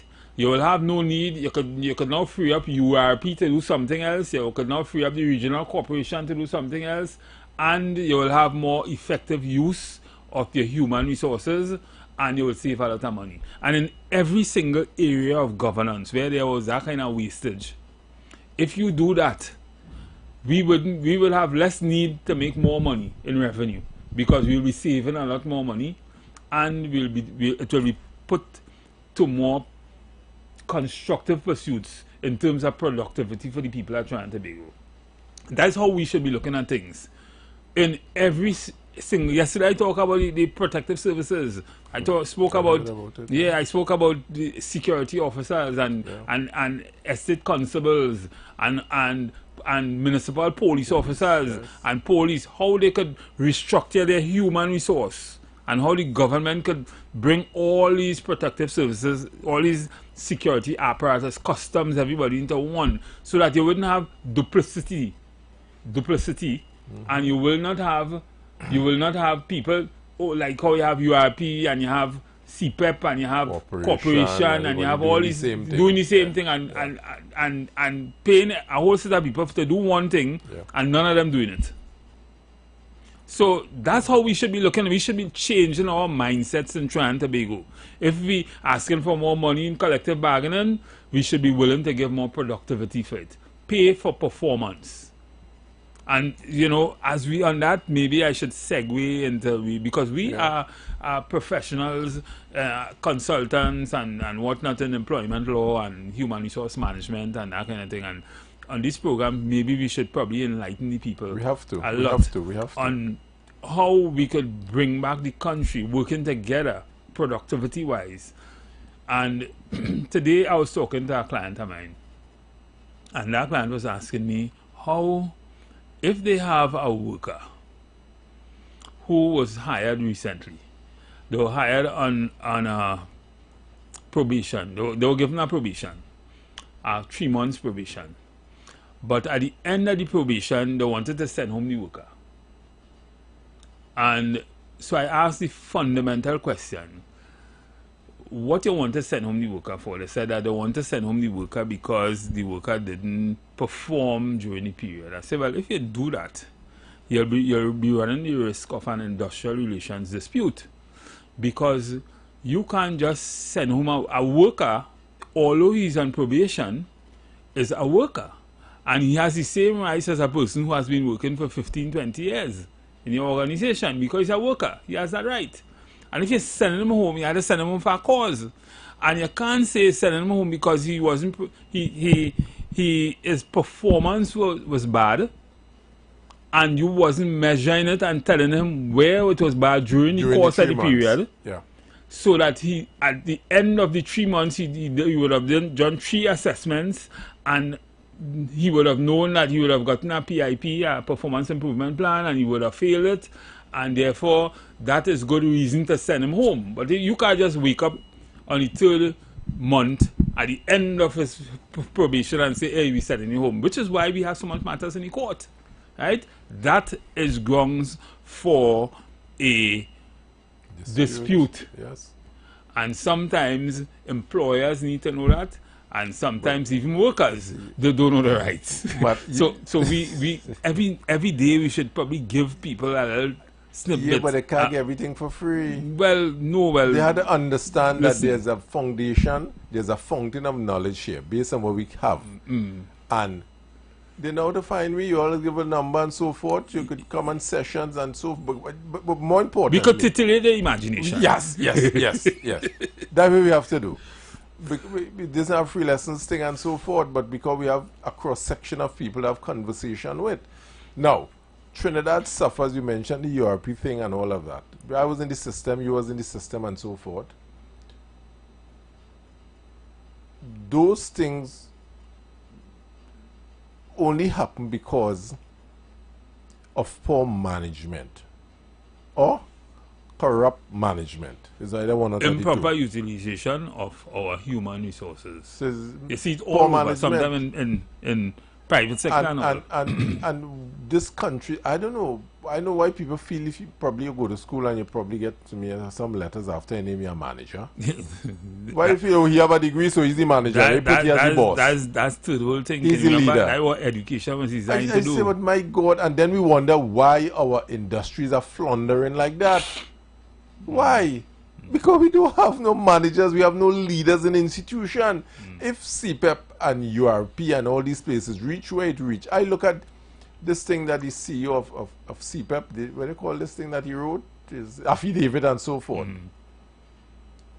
Is this dribble? I wouldn't call you a leader in any way if that is what you really put on paper. Really and truly.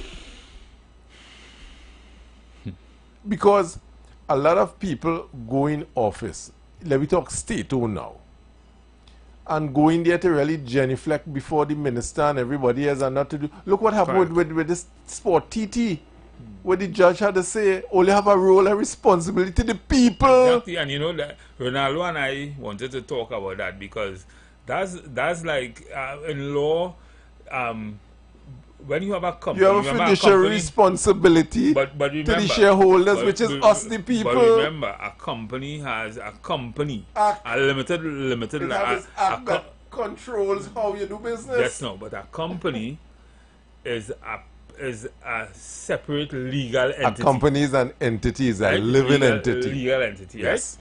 Right? And therefore, the directors is separate and apart from the person. Yep. So there's a very rarely judges go pierce the veil of the company to go at the directors, but in this case they did that, and this should be a landmark. This is a landmark. This should be a landmark case. It threw the whole mud and what happened. Right? This should be a landmark case because if this stands, it means that other companies, not just private, not just public companies, but private companies, all companies.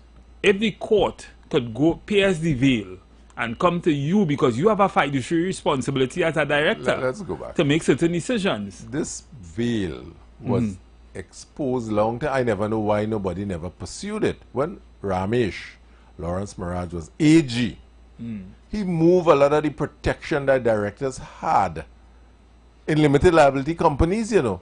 He can say, you can sit down there as director, do a set of use the company to do a set of corrupted thing and say, well, I'm exalted because limited liability, you can't touch me, you know. There are certain things that directors, based on their decision, are directly responsible for. The company doing is a directive you give the company. You don't say limited liability and you can only sue the company. You can't sue me now because limited liability. So a lot of those veil, but people never pursued it. Directors are really exposed to a large extent for non-compliance of a number of things outside there. Probably lawyers don't pursue it, or people not aware, or unions not aware that go after directors also. Because a lot of the decisions is a difficult thing to do, and as I said, that it is not common. It is not a common thing here.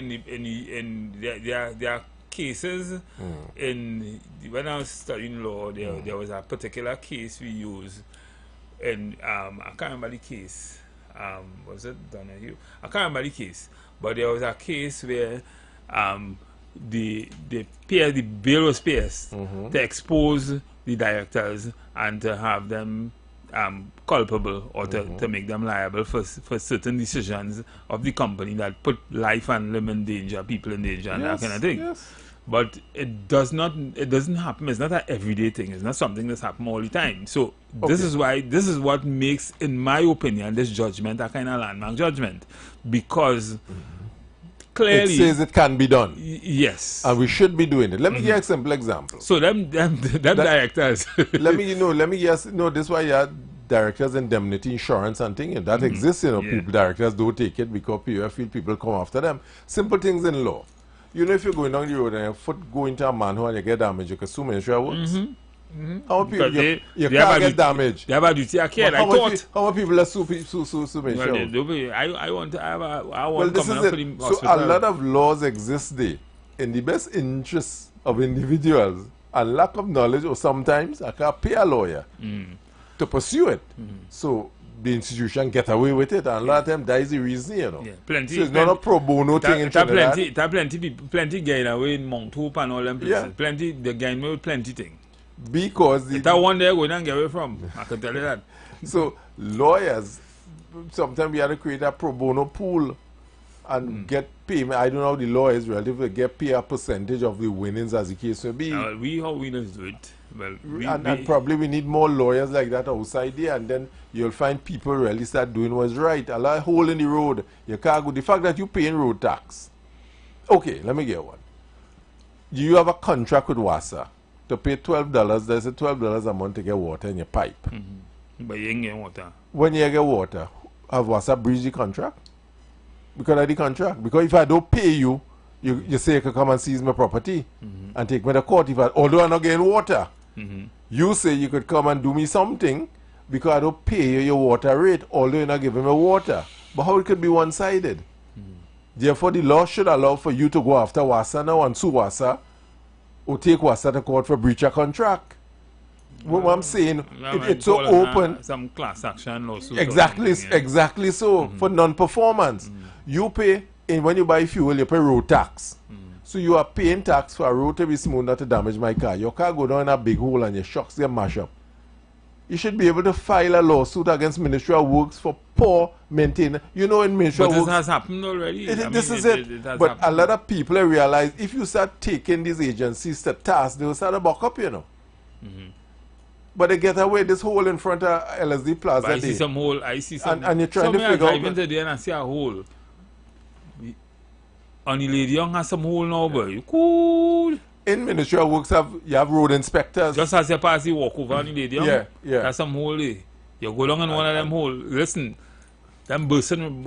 Exactly. But to a large extent, we are to ask ourselves, there's a responsibility that says it has passed the minister's forte.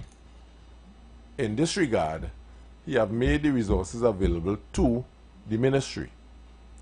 And it's we the people who are criminal to we the people, you know. We are criminal to our aunt, uncle, cousin, daughter, and son, you know. We the people, you know. But we like to blame everybody. I like to blame the minister, blame this one, and not realize I work in Ministry of Works. You and I work in Ministry of Works and so forth.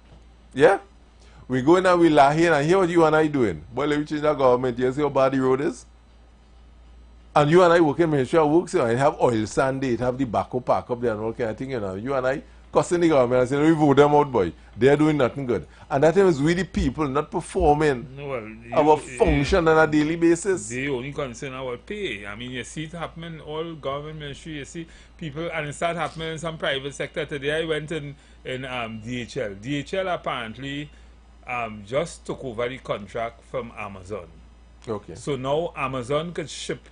Before you would go through you would have a skybox, and you would pay a skybox a carrier exorbitant amount of money to bring it goods from Miami to Trinidad. But what has happened now? Amazon changed the game. Amazon now shipping free to Trinidad and Tobago through DHL. Free shipping. Is that free international Timu under shipping? pressure now then. So no. Timu and them still, Amazon still have nothing with them, right? But what happened now? DHL like they take the contract, and like they can't handle it. So I was telling the people in DHL today, all they have improper utilization of all the human resource. You are one man. But 20 people coming and sitting down and waiting 3 hours to get a package. I experienced that the other day, yes. In DHL. Yeah. That's madness. That don't happen in New York. That don't happen nowhere in America. You go inside and DHL. In fact, things come home by you. Right? DHL brings what they could bring by you. But listen, you can't have a man sitting down 2 and 3 hours waiting for a package in DHL. Right? So if you get a new contract from Amazon, what you need to do is you need to hire people, ramp up the human resource, increase your capacity to be able to deal with that. Because what will happen is people will continue sending the thing through Skybox, different Skyboxes, and wherever, Tropical Express, whoever, and it will be people will do that, because when you go by Tropical Express or whoever, within seconds you just get them your number and you get a package. Again, you had to pay. Again, it comes into management. You had to pay, but but you get anything. Yeah. IBC Express, all of them. Yeah. Again, we have, and Trinidad suffers with that a lot in a number of institutions, but we'll focus on the state institution because that's where all our tax money go. And we are to ask ourselves, are these institutions being managed effectively? We blame the government, the executive and so forth.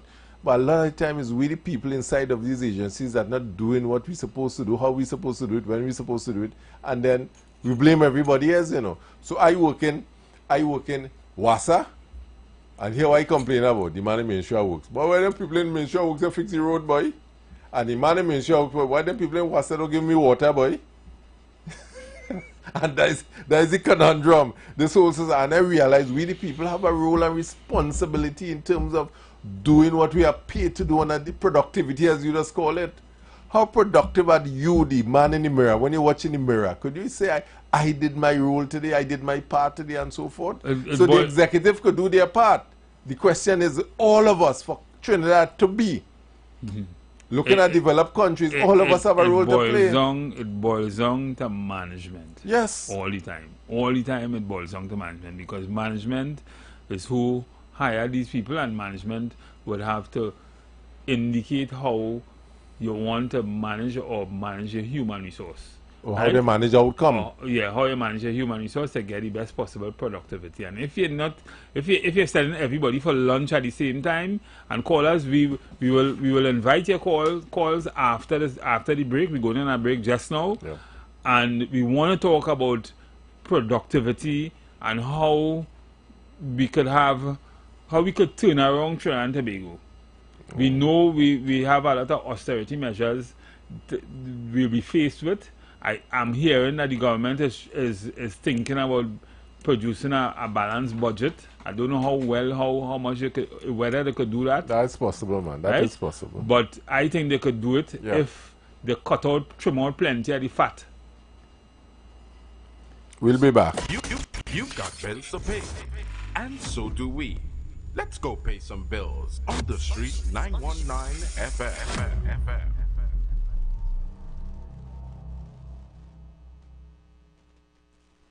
Attention business owners.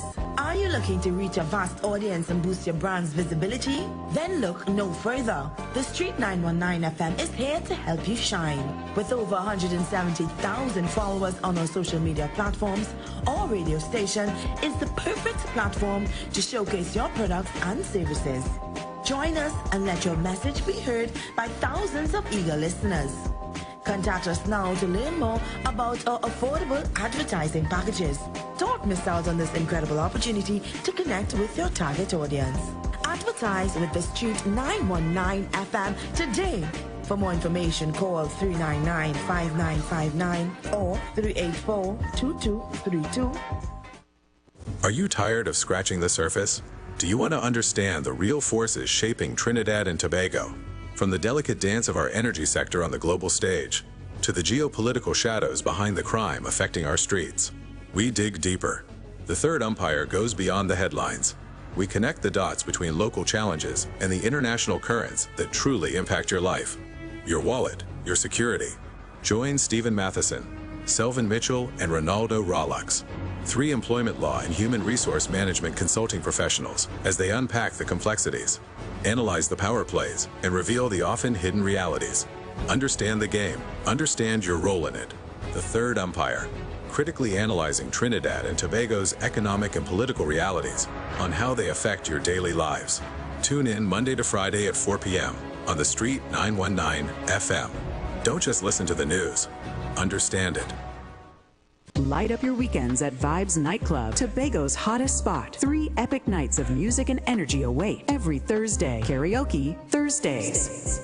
Kick off at 8 p.m. with free entry. Grab the mic, unleash your inner star, and sing all night. Beers on special for $10, 2 Campari for $25, and giveaways for the best singers. Every Friday, Limers Fridays. Kick off at 8 p.m. with free entry. Vibes with your crew and enjoy beers on special for $10, 2 Campari for $25, and 2 White Oak for $25. Every Saturday, Raw Saturdays. Everything goes, nothing but good vibes. Free entry and an all-star DJ cast to bring the vibes.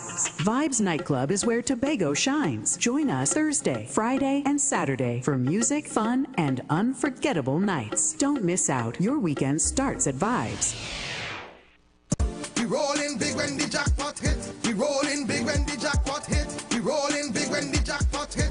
Play way fast cash, that is the fit. We rollin' big. Fast cash and play way take win. No extra spend, just vibes and luck. Play way and fast cash turn up. We rollin', yes we rollin' big. Fast cash and play way take win. Mega mix or monster pick. Jackpot from 10,000 quick. Jackpot starting at $10,000 have now been added to NLCB's Playway and Fast Cash games. Wager on Playway Mega Mix or Fast Cash Monster Draw for a chance to win the jackpot after every draw. Don't miss out. Visit NLCBgames.com for details. Players must be 18 or older. Please play responsibly. It's in the feeling in our weak side. It's in the meaning in our spot. It is the thing that sets us apart. Who we are. Cause the rhythm of life keeps pumping. Together going strong. No matter what, we keep things flowing. Before we will go all in. Our hands up in the sky. Celebrating. Come let your rhythm flow. The Gap Man Limited specializes in products that cater to all your health needs. The Male Enhancement Package targets the areas of the body that contribute to erectile dysfunction. The Male Enhancement costs $1,400. The Gap pills are priced at 250 pills for $500 and 500 pills for just $900. For the best in eye care, get the super combination of a Super Bright and the Body Healer. To improve the heart's function and circulation, get the Gap pills and Formula C. To get a total body cleanse daily, use the Gap Body Healer and Big C, all for a super low price of $1,300. To order your products from the Gap Man Limited, call 628-4531 for products that cater to all your health needs. For more info, contact 476-7268. Planning your Tobago getaway? Choose the highest Google-rated car rental company on the island, O'Neill Auto Rentals Tobago. Located just minutes from the A&R Robinson International Airport, at O'Neill, we pride ourselves on being the most tech-savvy car rental company in Tobago. Our process is 100% digital. No paperwork, no long lines. From easy pickup to seamless returns, renting a car in Tobago has never been simpler. WhatsApp us now at 1-868-361-1042 to book your vehicle. Don't forget to mention promo code RADIO2 to receive a 5% discount on your rental. Send a WhatsApp message to 1-868-361-1042 today. That's 1-868-361-1042. O'Neill Auto Rentals Tobago, the easiest, most reliable car rental experience on the island. Vehicle availability is subject to change. Driver must be at least 25 years old and have a valid driver's license to book. For more information, visit www.rentalcartobago.com. So line up, link up, creep up, rock and come in. It's all about the fastest growing reggae show in the land without a doubt. Reggae Rock Sundays on the Shit 919 FM with yours truly, MC Duke and Selector Kochi on the ones and twos. So make it a date and don't be late. 7 p.m. to 10 p.m. right here on the Shit 919 FM. Got 'em our way, King Selassie.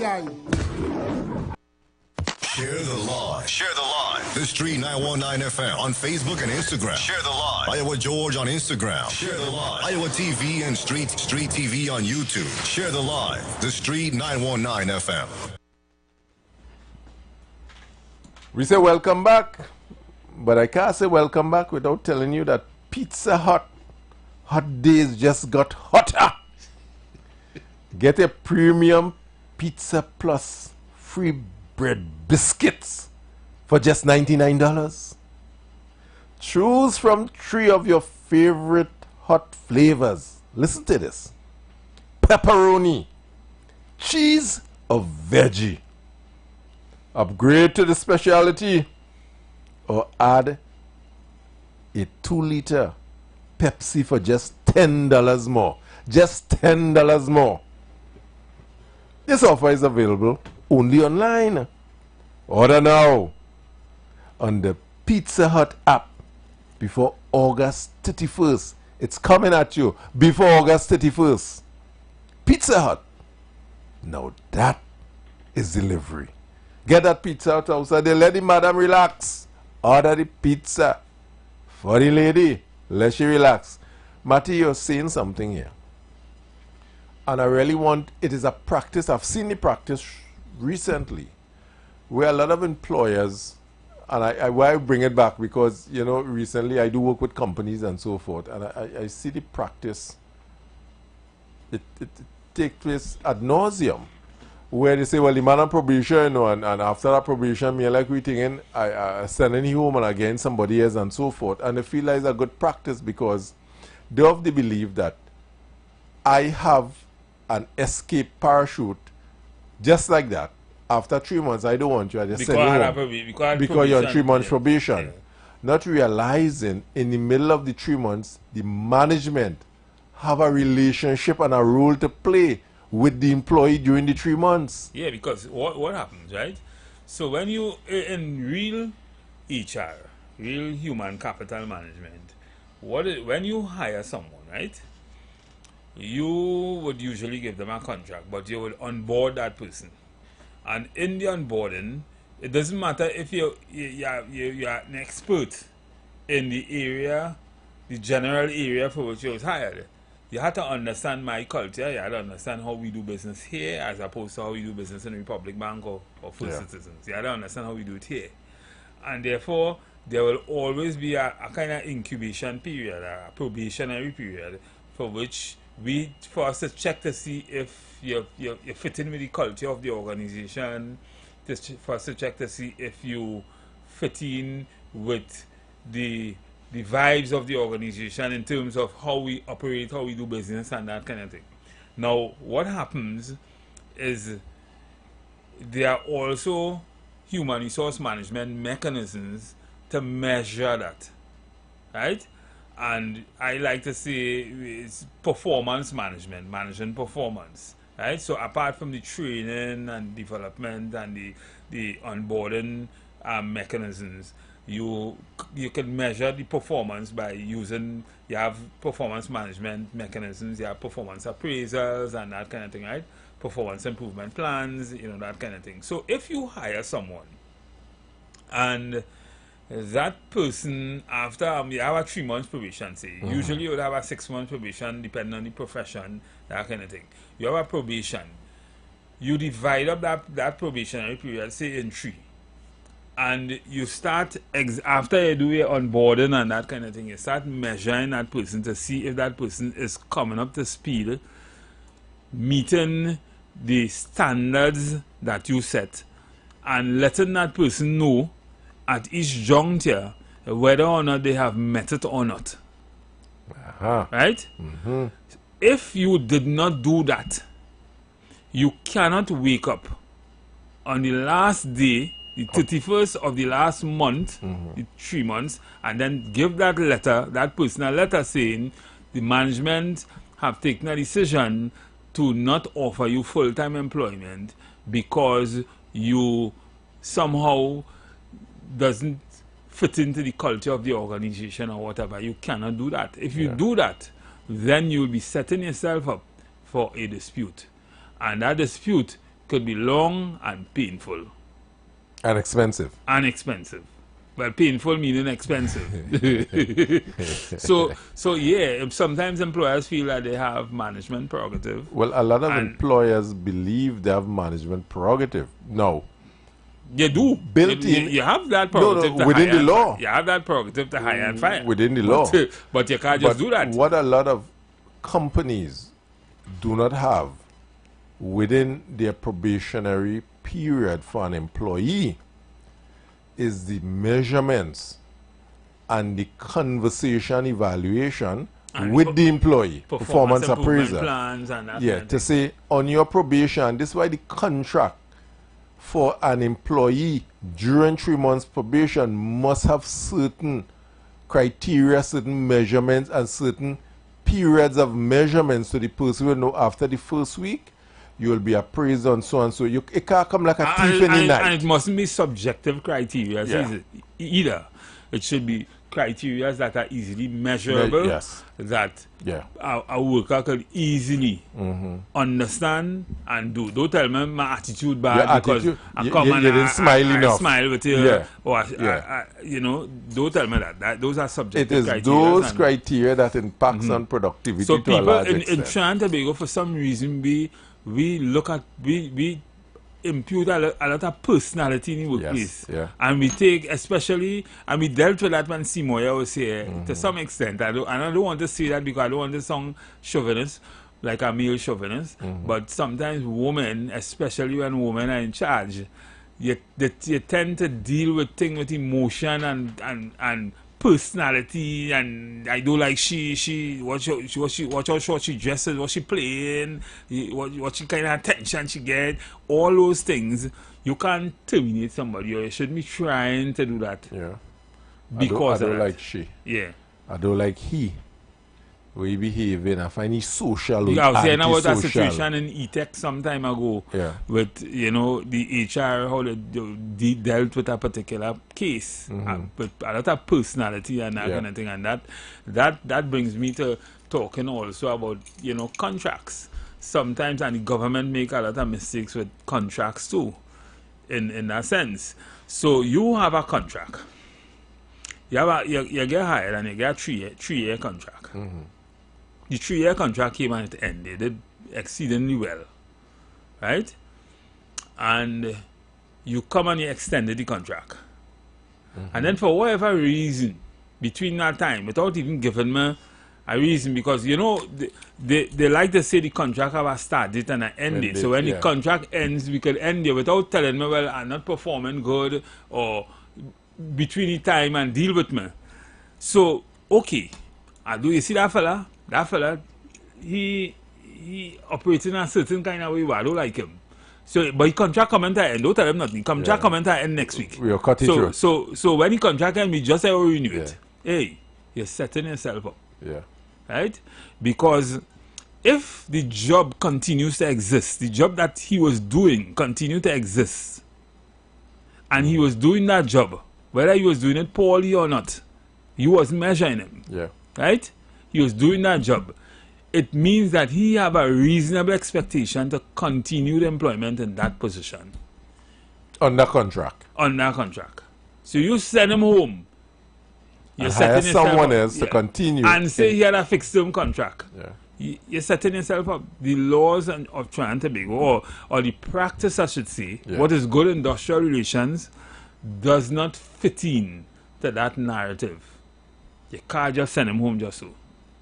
Right? Which is why getting the right kind of advice from the right kind of legal people, specialists in the field is very important.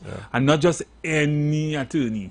Right? But somebody specialized in employment law, or somebody who would have gone to Cipriani College. Let me big up Cipriani College. Cipriani College to some extent, and understand and practice that area of employment law to be able to tell you, hey, this is bad. Because sometimes lawyers come in who didn't study employment law to the extent that, say, we did, and they will tell you, well, look, they would use common law. They will say, well, this contract has a start date and an end date, then the contract ends. When the contract ends, you can send them home. No, you can't.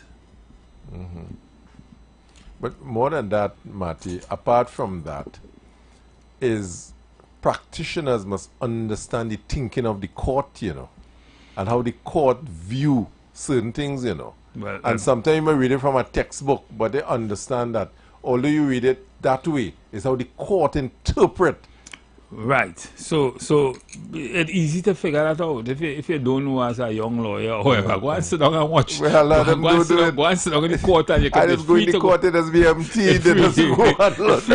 It's free to come in the court and sit down. Every time I go in the court, when you're in the court, and I like a lone wolf in all the bench, I can change seat. No, but what I'm saying is... So, what I'm saying, a lot of practitioners feel, well, I went to school, I got a degree, hey, I could go outside there and advise company now. I could go in there and be the best HR or IR man outside there. It's much more than that, you know. Right. But you have judgments. You can read judgments and see the thinking of the court, because there are no books. Yeah. There are no laws, nowhere written in legislation to say what is good industrial relations, what is harsh and oppressive and contrary to good industrial relations, and contrary to good industrial practice. Harsh and oppressive treatment. Yeah, it had nothing saying that. So at that time I quarreled with that judge because hear what?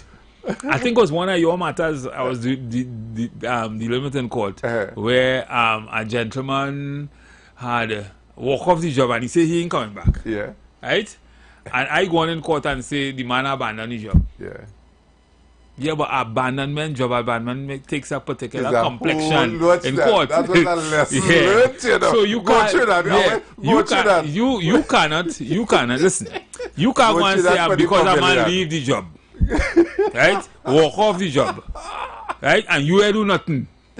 You glad he gone because you was a troublemaker. You're glad he gone. Yeah, come here, say he leave for 3 days and he didn't call and say that he abandoned, we fire him. That your company policy, but I know the court policy.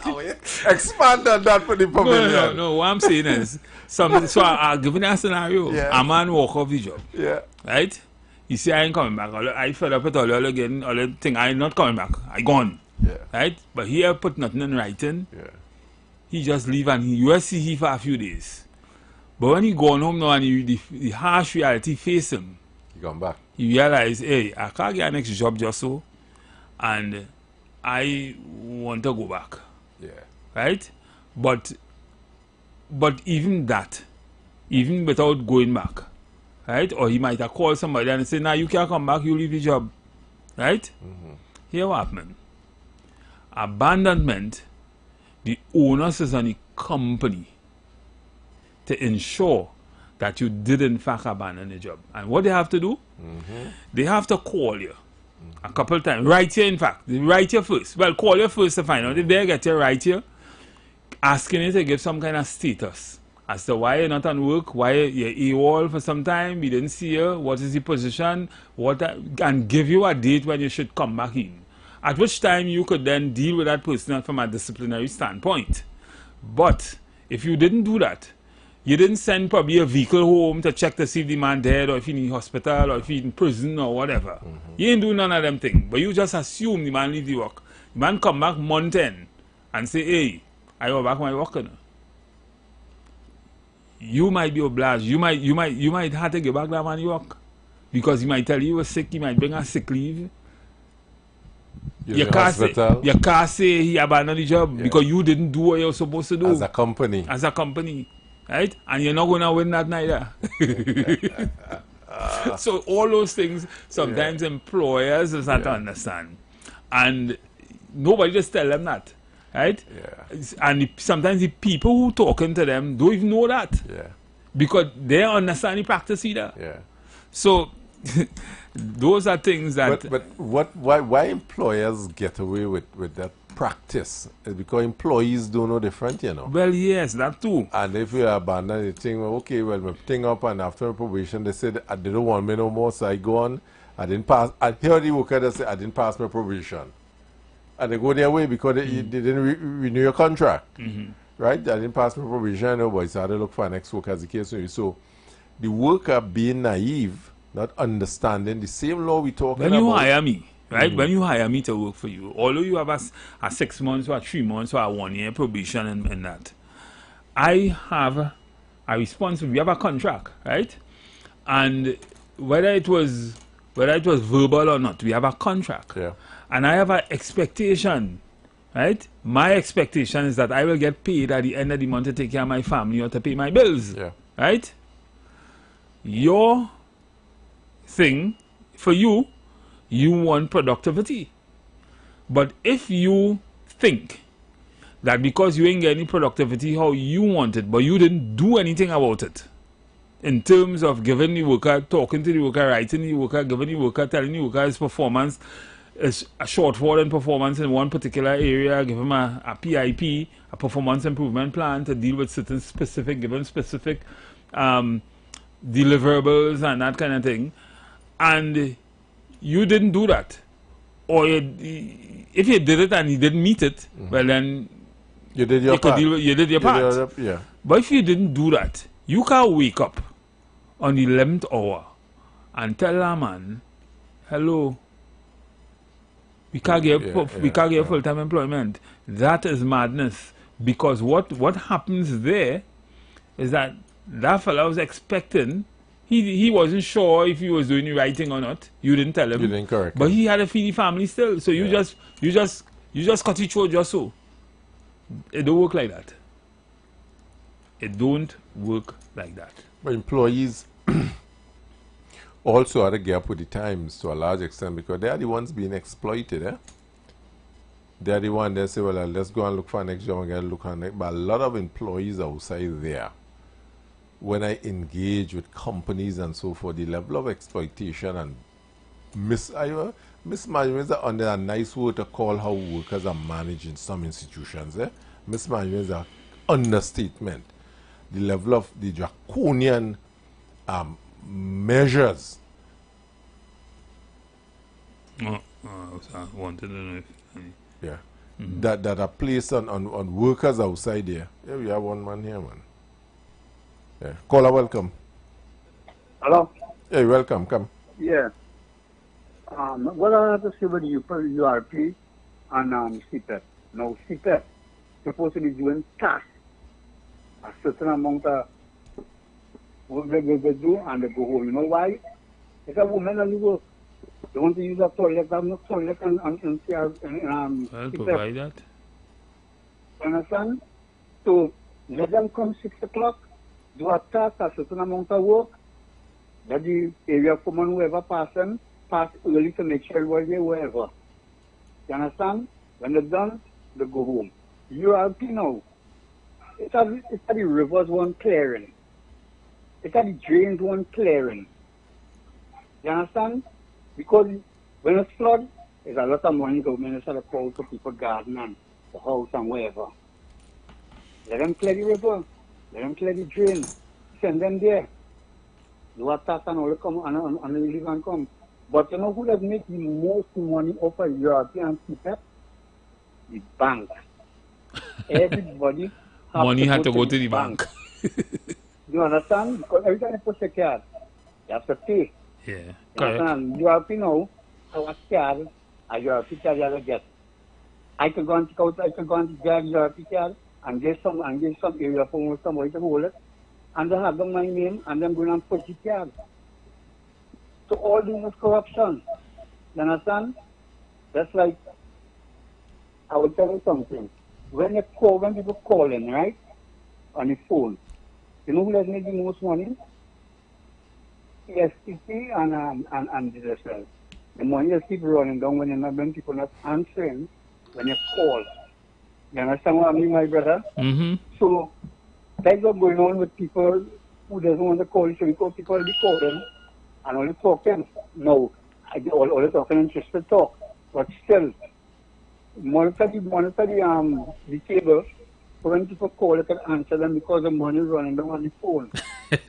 I appreciate caller. The bank making money over CPEP and URP and they're not doing nothing. They're just making millions of dollars. So that all of this corruption. So my friend, you all have a good day. Appreciate. Thank you, caller.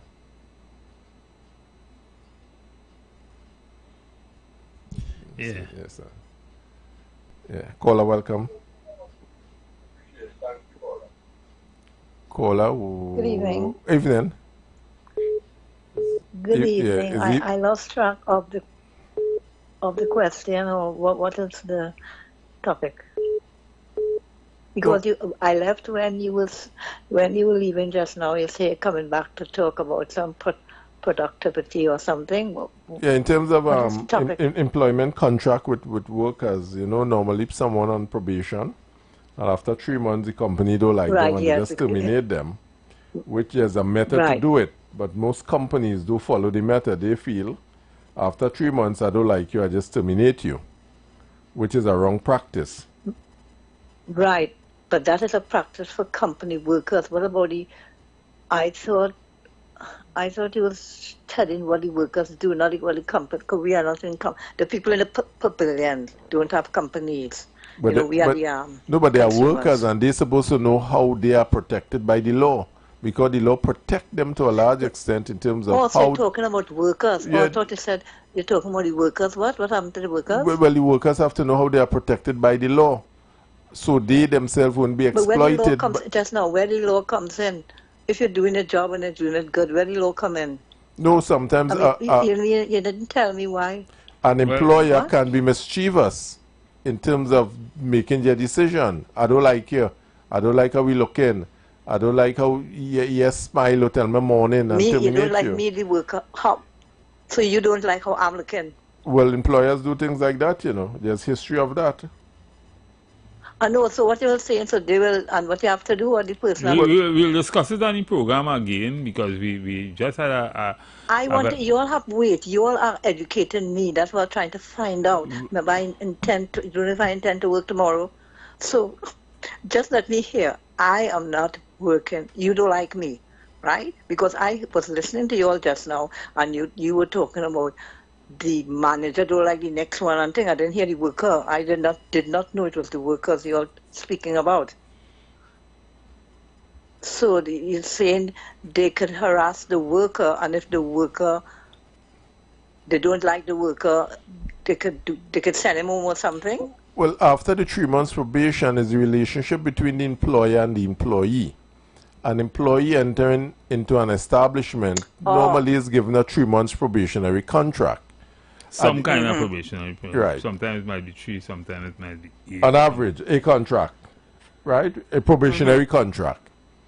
And at the end of that, the employer may decide that, okay, I don't want this guy for whatever reason, justifiable or not. Yeah.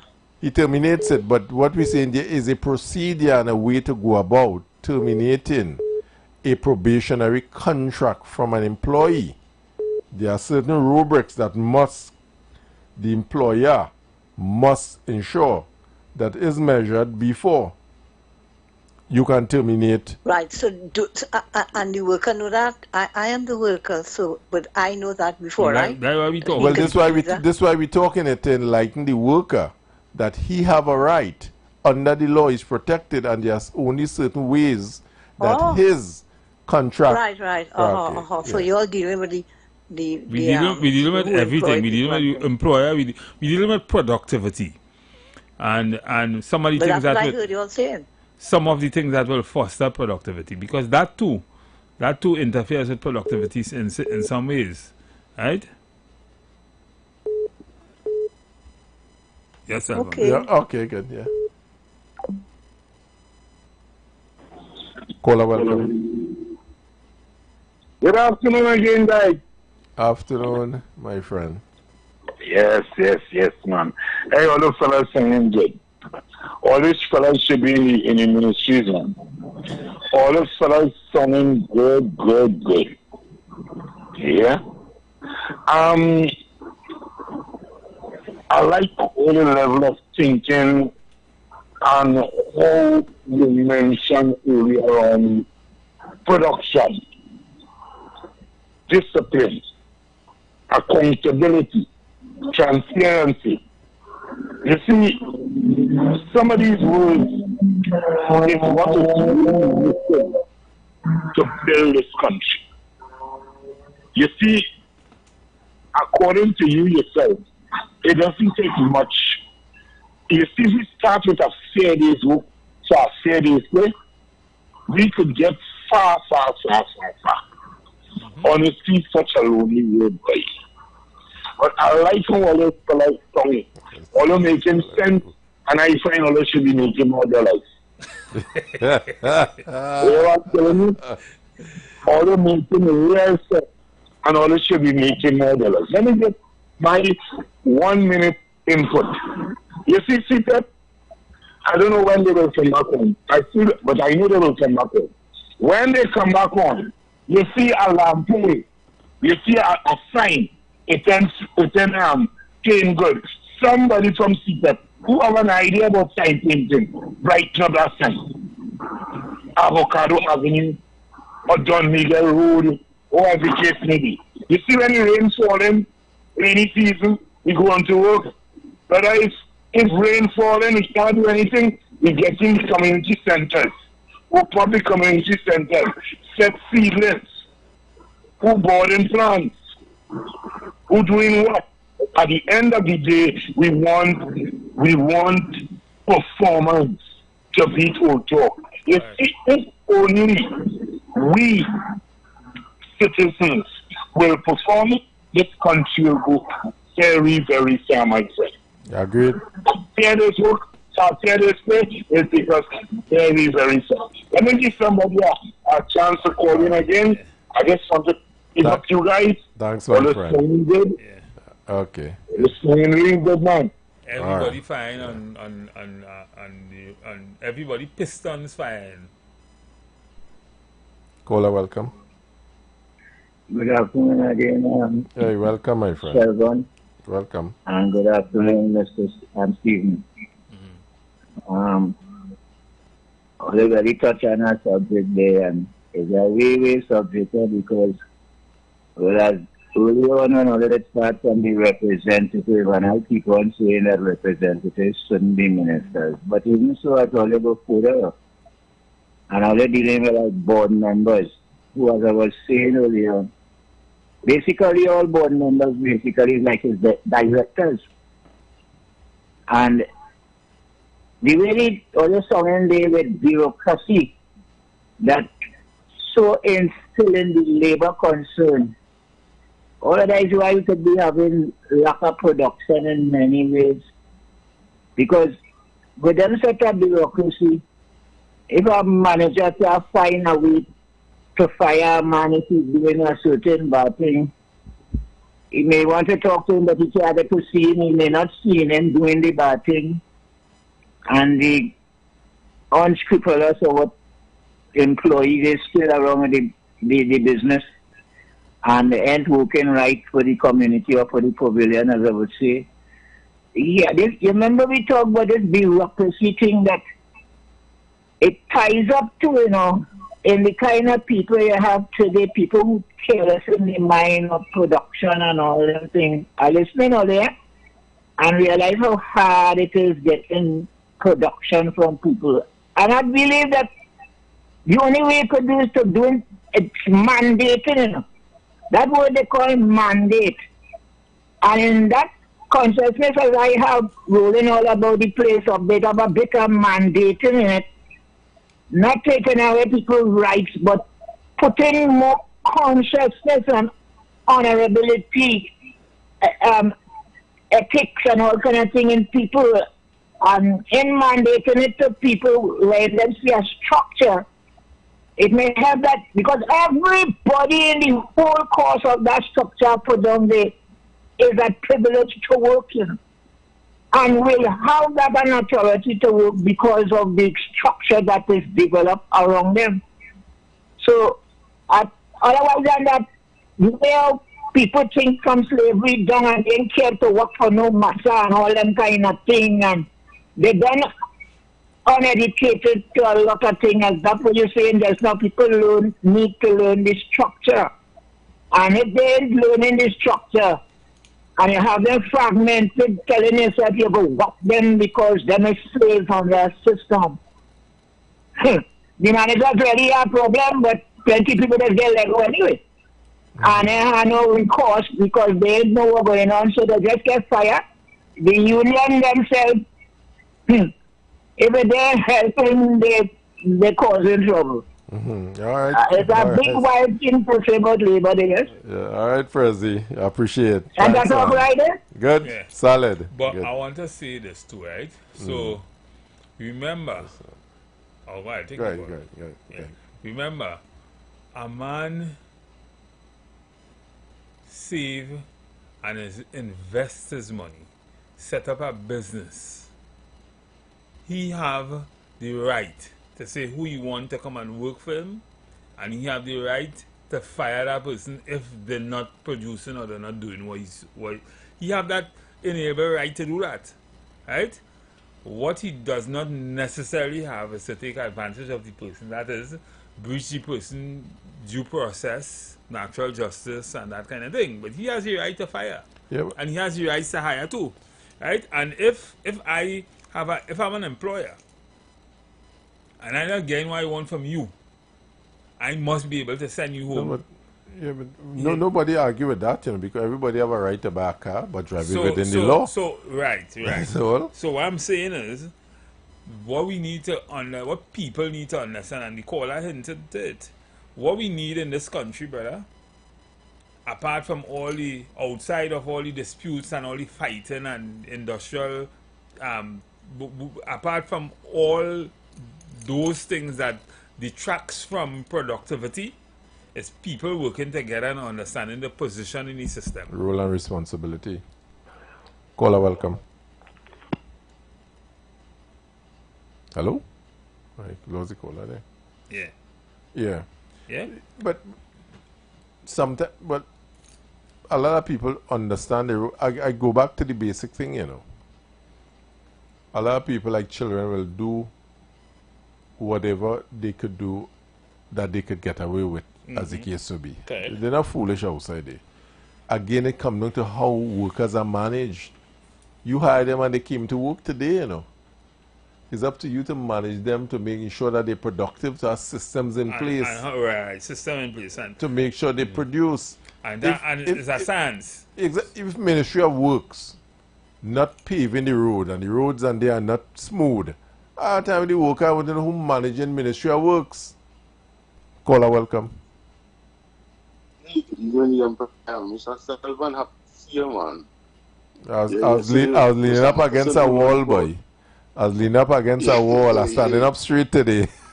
That is not part of the procedure. Don't stand up and talk to the female leaning up on the wall. That's right, yo. How you doing? I did, man. Well, Matterson did a good job yesterday by himself, Yes. So, two parts. I hear you talking about CPEP and you're talking about workers and their rights. You see, let me go back to the 80s and the 90s when the internet wasn't available to do research. You see, a lot of these children, and I would say children, even if they're 24, 25 coming out in the work field, I will still call them children because they're now coming out in the job market.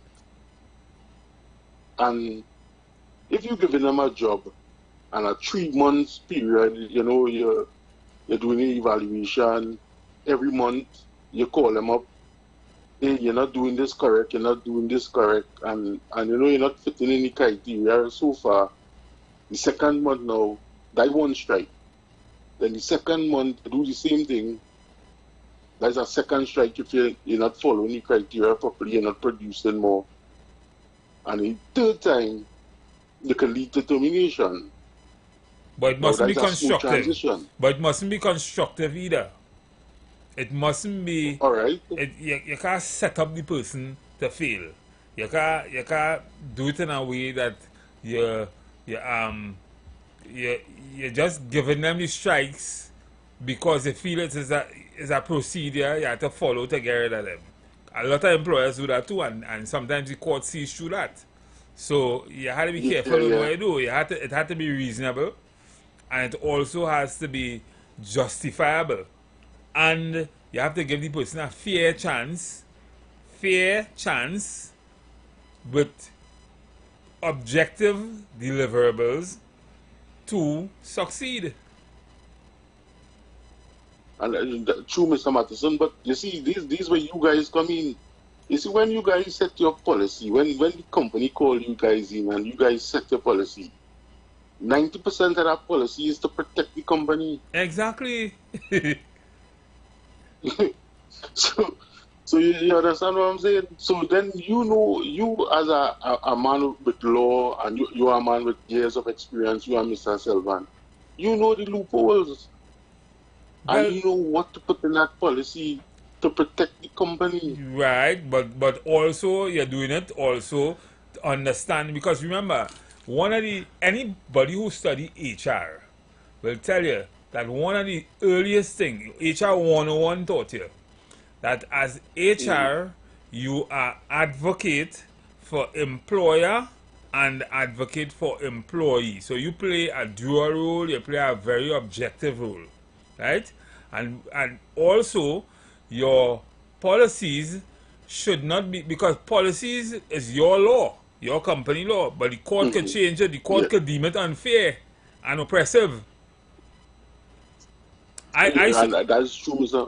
I saw a policy, a company, a big energy company came to court with a policy at a time, and that policy said that if there's a dispute in the workplace and a worker is called to a tribunal, he cannot bring a lawyer.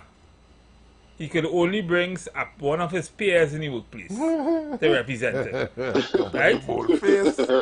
A big company policy said that. Wow. Right? Wow. And that was questioned. Listen, a judge said that a worker who representation of a worker is sacrosanct. Yep.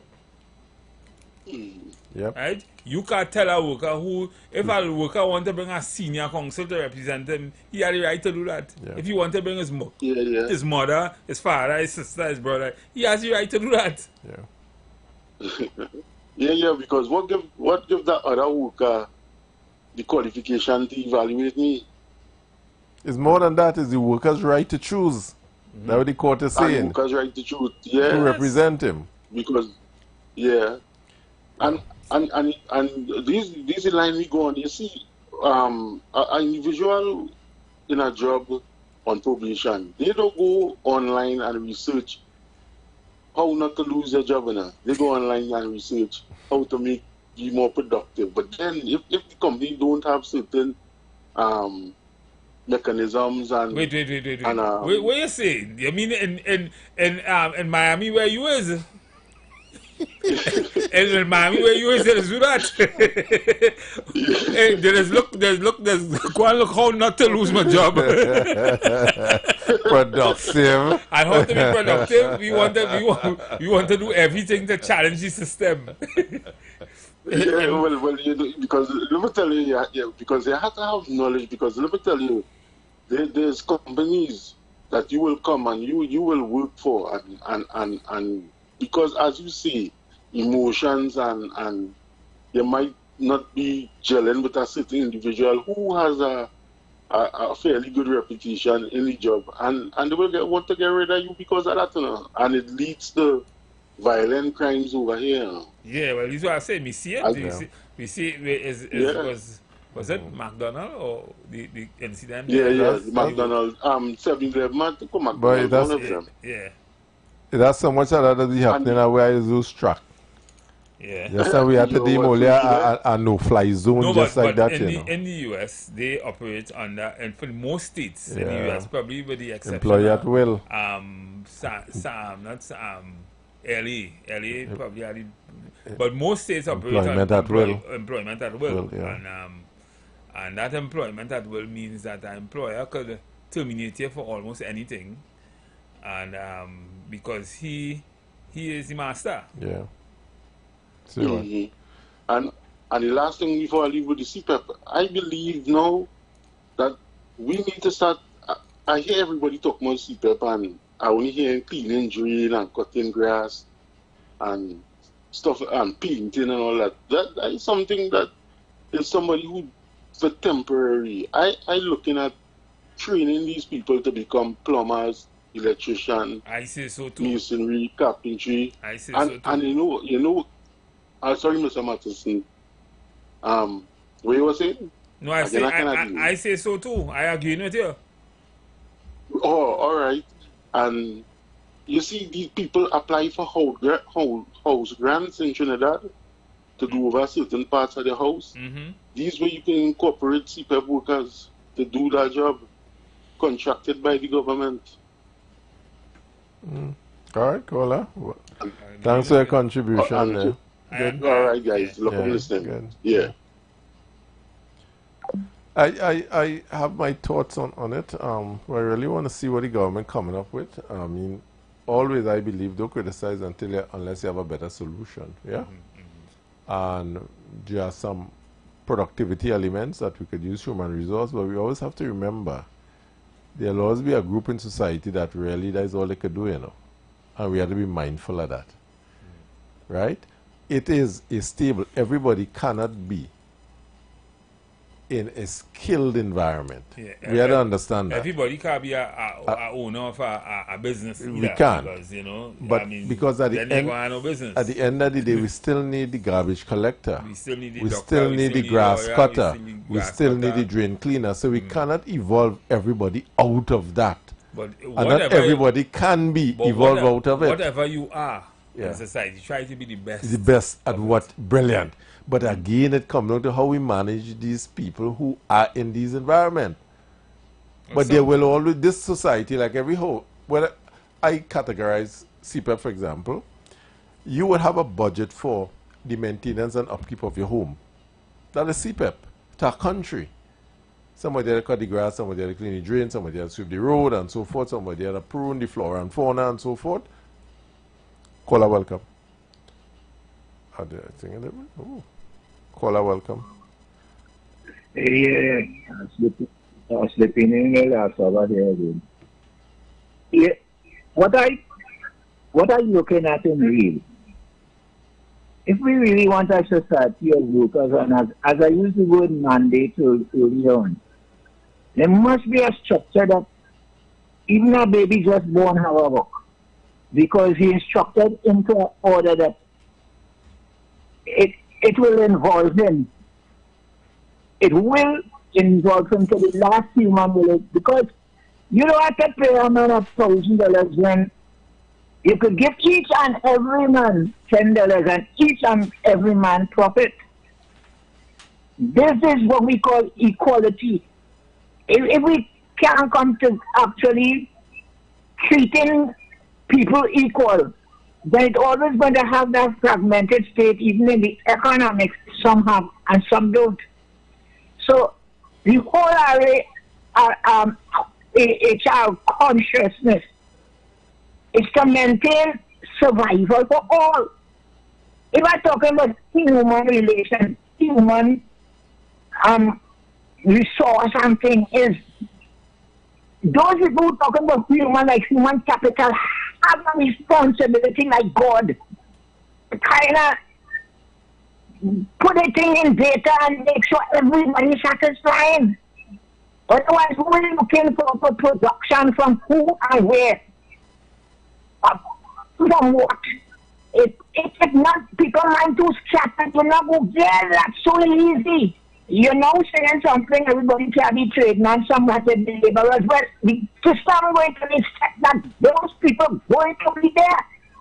The system too greedy. Everybody wants a large self-employment, but to limit the ration and everybody eat. It made that because if it keeps on with the fragmented attitude and the disloyalty of that, because people will be totally contented in all different forms. We have a lot of work to put people to work to have people productive. Really, you know. All right, Prezi. Thanks again for your contribution. Now, as you say, to expand on what you said before I run to some ads here, Matty. Someone can be a grass cutter, but an excellent grass cutter, you know, in terms of how they manage the weed whacker and the technique and the strategy and how they hold it and how they cut the grass 1 millimeter above the dirt. And you could really be proficient at that, you know. A grass cutter, proficient grass cutter, because we need it. When them people cut your grass, it's dirt for a few weeks. Grass done, so, grass dead. In terms of, I did some programs with some workers in terms of how to build a box drain properly, footpath, and so forth. So you could be a drain cleaner extraordinaire. Correct. Just be good at it. You are that. you don't want to evolve to anything else. You can't evolve. Your mental faculty or capacity is be restrained if we try to put you in anything else. So let us make you the best at what you can do and what you're happy doing. You understand what I'm saying? That's all about it. But there must be somebody cleaning the drain in Trinidad. There must be somebody being sanitation engineers. We call them garbage truck men, but sanitation engineers in developed country. There must be somebody. There must be. That is how you take care of your home. At home, you have a budget to cut your grass, to paint your house, to clean your drain, for your yard. You put up a budget for that. And likewise, a country put aside a budget to maintain itself. I know we're going to end just now. I want to put in a plug. Talk to me. So we do what we do. Apart from coming and talking on the radio in the evening, we are professionals in our own way. Yeah. And a lot of the things that we talk about, we advise people and companies on it. So of course you can call me. Yes. Anytime you want advice, you can call Steve Matheson on 382. Go ahead. 4208, or you can call Ronaldo on 723 7673. And of course, you can call you can get my number. But the thing is, we are open for business all the time. This is just what we discuss here, Pavilion, is just touching the iceberg of some of the concern. And what we're saying, the concerns are not insurmountable, that cannot be solved, you know. Most important, these are not issues we put on the table that cannot be solved. It is easily solved. Well, in my business, I say, if you come to me with a problem in HR or employment law that I can solve, or strategic management, forget that, or that I can solve, then no one else out there can solve it. Full stop, man. Full stop. I know the court is here to prove your record is there. It's a public record you have. You know his record. I just want to reach out because it is 6:48 right now. The tribute to Carrega Mandela starts at 7. The tribute at the Emancipation Village at 7. Tribute to Carrega Mandela. We said everyone can go down there for this event. You have some time still before it starts. Get in early before it starts. I know it will be a bumper event. We're talking emancipation, and this emancipation, Pizza Hut say, hey, we are forget earlier. We want to be part of the thing. We want to be involved in emancipation. This is what we contributed for emancipation. This long weekend, Pizza Hut bringing the flavor for the whole crew. You see what they're bringing the flavor for? The whole crew. Get 2 medium pizzas, breadsticks, cinnamon roll, and 2-liter Pepsi. All for $229. More days, more ways to crave. Only till August the 3rd at Pizza Hut. Now, that is delivering. And I must hit KFC, must want to jump in this thing because they say, hey, we have things to offer too. It's a Pizza Hut alone. Hear what KFC is saying to you. KFC is bringing the flavor this Emancipation weekend with the perfect pairing of classic and craveable. Get 5 pieces of chicken, 6 nuggets, and 2 sides for just $110. Only on the KFC app. Download the app now and make your long weekend crunchy. Only with KFC. It's finger licking good. Let the madam relax, partner. Order the KFC and the Pizza Hut. I feel KFC had to call you, you know. So what we talking about tomorrow? I mean, who is the batsman in the wicket? Well, we will have a number of things happening tomorrow relative to trade. Right? Oh, I know yes. Yeah, we will talk something on trade tomorrow. We'll make some announcements tomorrow and so forth as to what is happening in trade. So this government this captain of this batting team is doing a number of things that we'll talk about in the public domain. I want to take some swings. The captain itself swinging, boy. You know, a good one. The captain will be in the wicket tomorrow, facing some balls and so forth, taking some good swings tomorrow. And so we like to talk about that. Let you see how good she can bat. How good she can bat. Oh, Lord. Line up. Kamala Prasad Sister SCMP is in the wicket. She'll be doing some things tomorrow, and we'll look at how that innings go tomorrow. We'll spend some time on it. I'll have some calling from the diaspora and so forth, and we'll really nice it up on trade and see what's happening with trade and so on, and we make it happen. Yeah, so we had a good evening today, Marty. We had a good session. I think the pavilion learned a lot today in terms of expectation. They understand to a large extent that there must always be lessons learned from every critical situation or any major situation in a country. There must come out of lessons learning. There must be an analysis done to determine how we should put things in place to not repeat certain negative impacts based on situation. Our poor management of our fiscal measures in 78 around there with those oil boom, how we poorly manage the economy that have us where we are today. And this is why we're not at Dubai or Singapore today, because what take place in the 70s. They also learn why the 1970s revolution wasn't similar to the 1990s. Exactly so. There's 1990 wasn't a revolution. It wasn't a revolution, no. You know? And how people, and based on who you are, how you are treated by society, we have to pay close attention to that. Those disadvantage or advantage by the system because of who you are. And we must be mindful of that all must be treated equally and given the same opportunity in this country and so forth. And that is the lessons learned, and we have to see if that is repeating itself over and over again in society. We are the Shagaramas, farmers and so forth, and many others and so. We must take out pinches of what took place in our part to make sure we don't repeat, and make sure every decision we make is to the benefit of all and sundry. One country, one developed country, one goal, one objective, as the case would be. I know a number of people ask, what is my number? What's my number? And 340-3882 in terms of strategic management consultation, retreats and so. We can look at that. We are aligning the company, looking at your personal and your SWOT analysis, your gap analysis and so forth, seeing that you're in line with the changes that are taking place on the economic landscape. A lot of companies flounder and founder. I call most companies outside, they're hustling, you know. They're really doing business, and they're hustling and hoping tomorrow is a better day and so forth. Yeah, they're guessing, whooping. No data. No, the data is joke. Data is out the window. No measurements. No measure who? No analytics. They're just going down the road. They even understand the analytics for the operation. Some just now receive plenty money. They know profit they make, you know. We're making real money. You're collecting plenty money. They're receiving plenty money. But they know when it was stopped. They know what brought it and what going to make it end. They don't understand it. Yeah. So we sort of help that in a number of ways. So we say to the pavilion tomorrow. We'll see you tomorrow. We meet again. You've got bills to pay, and so do we.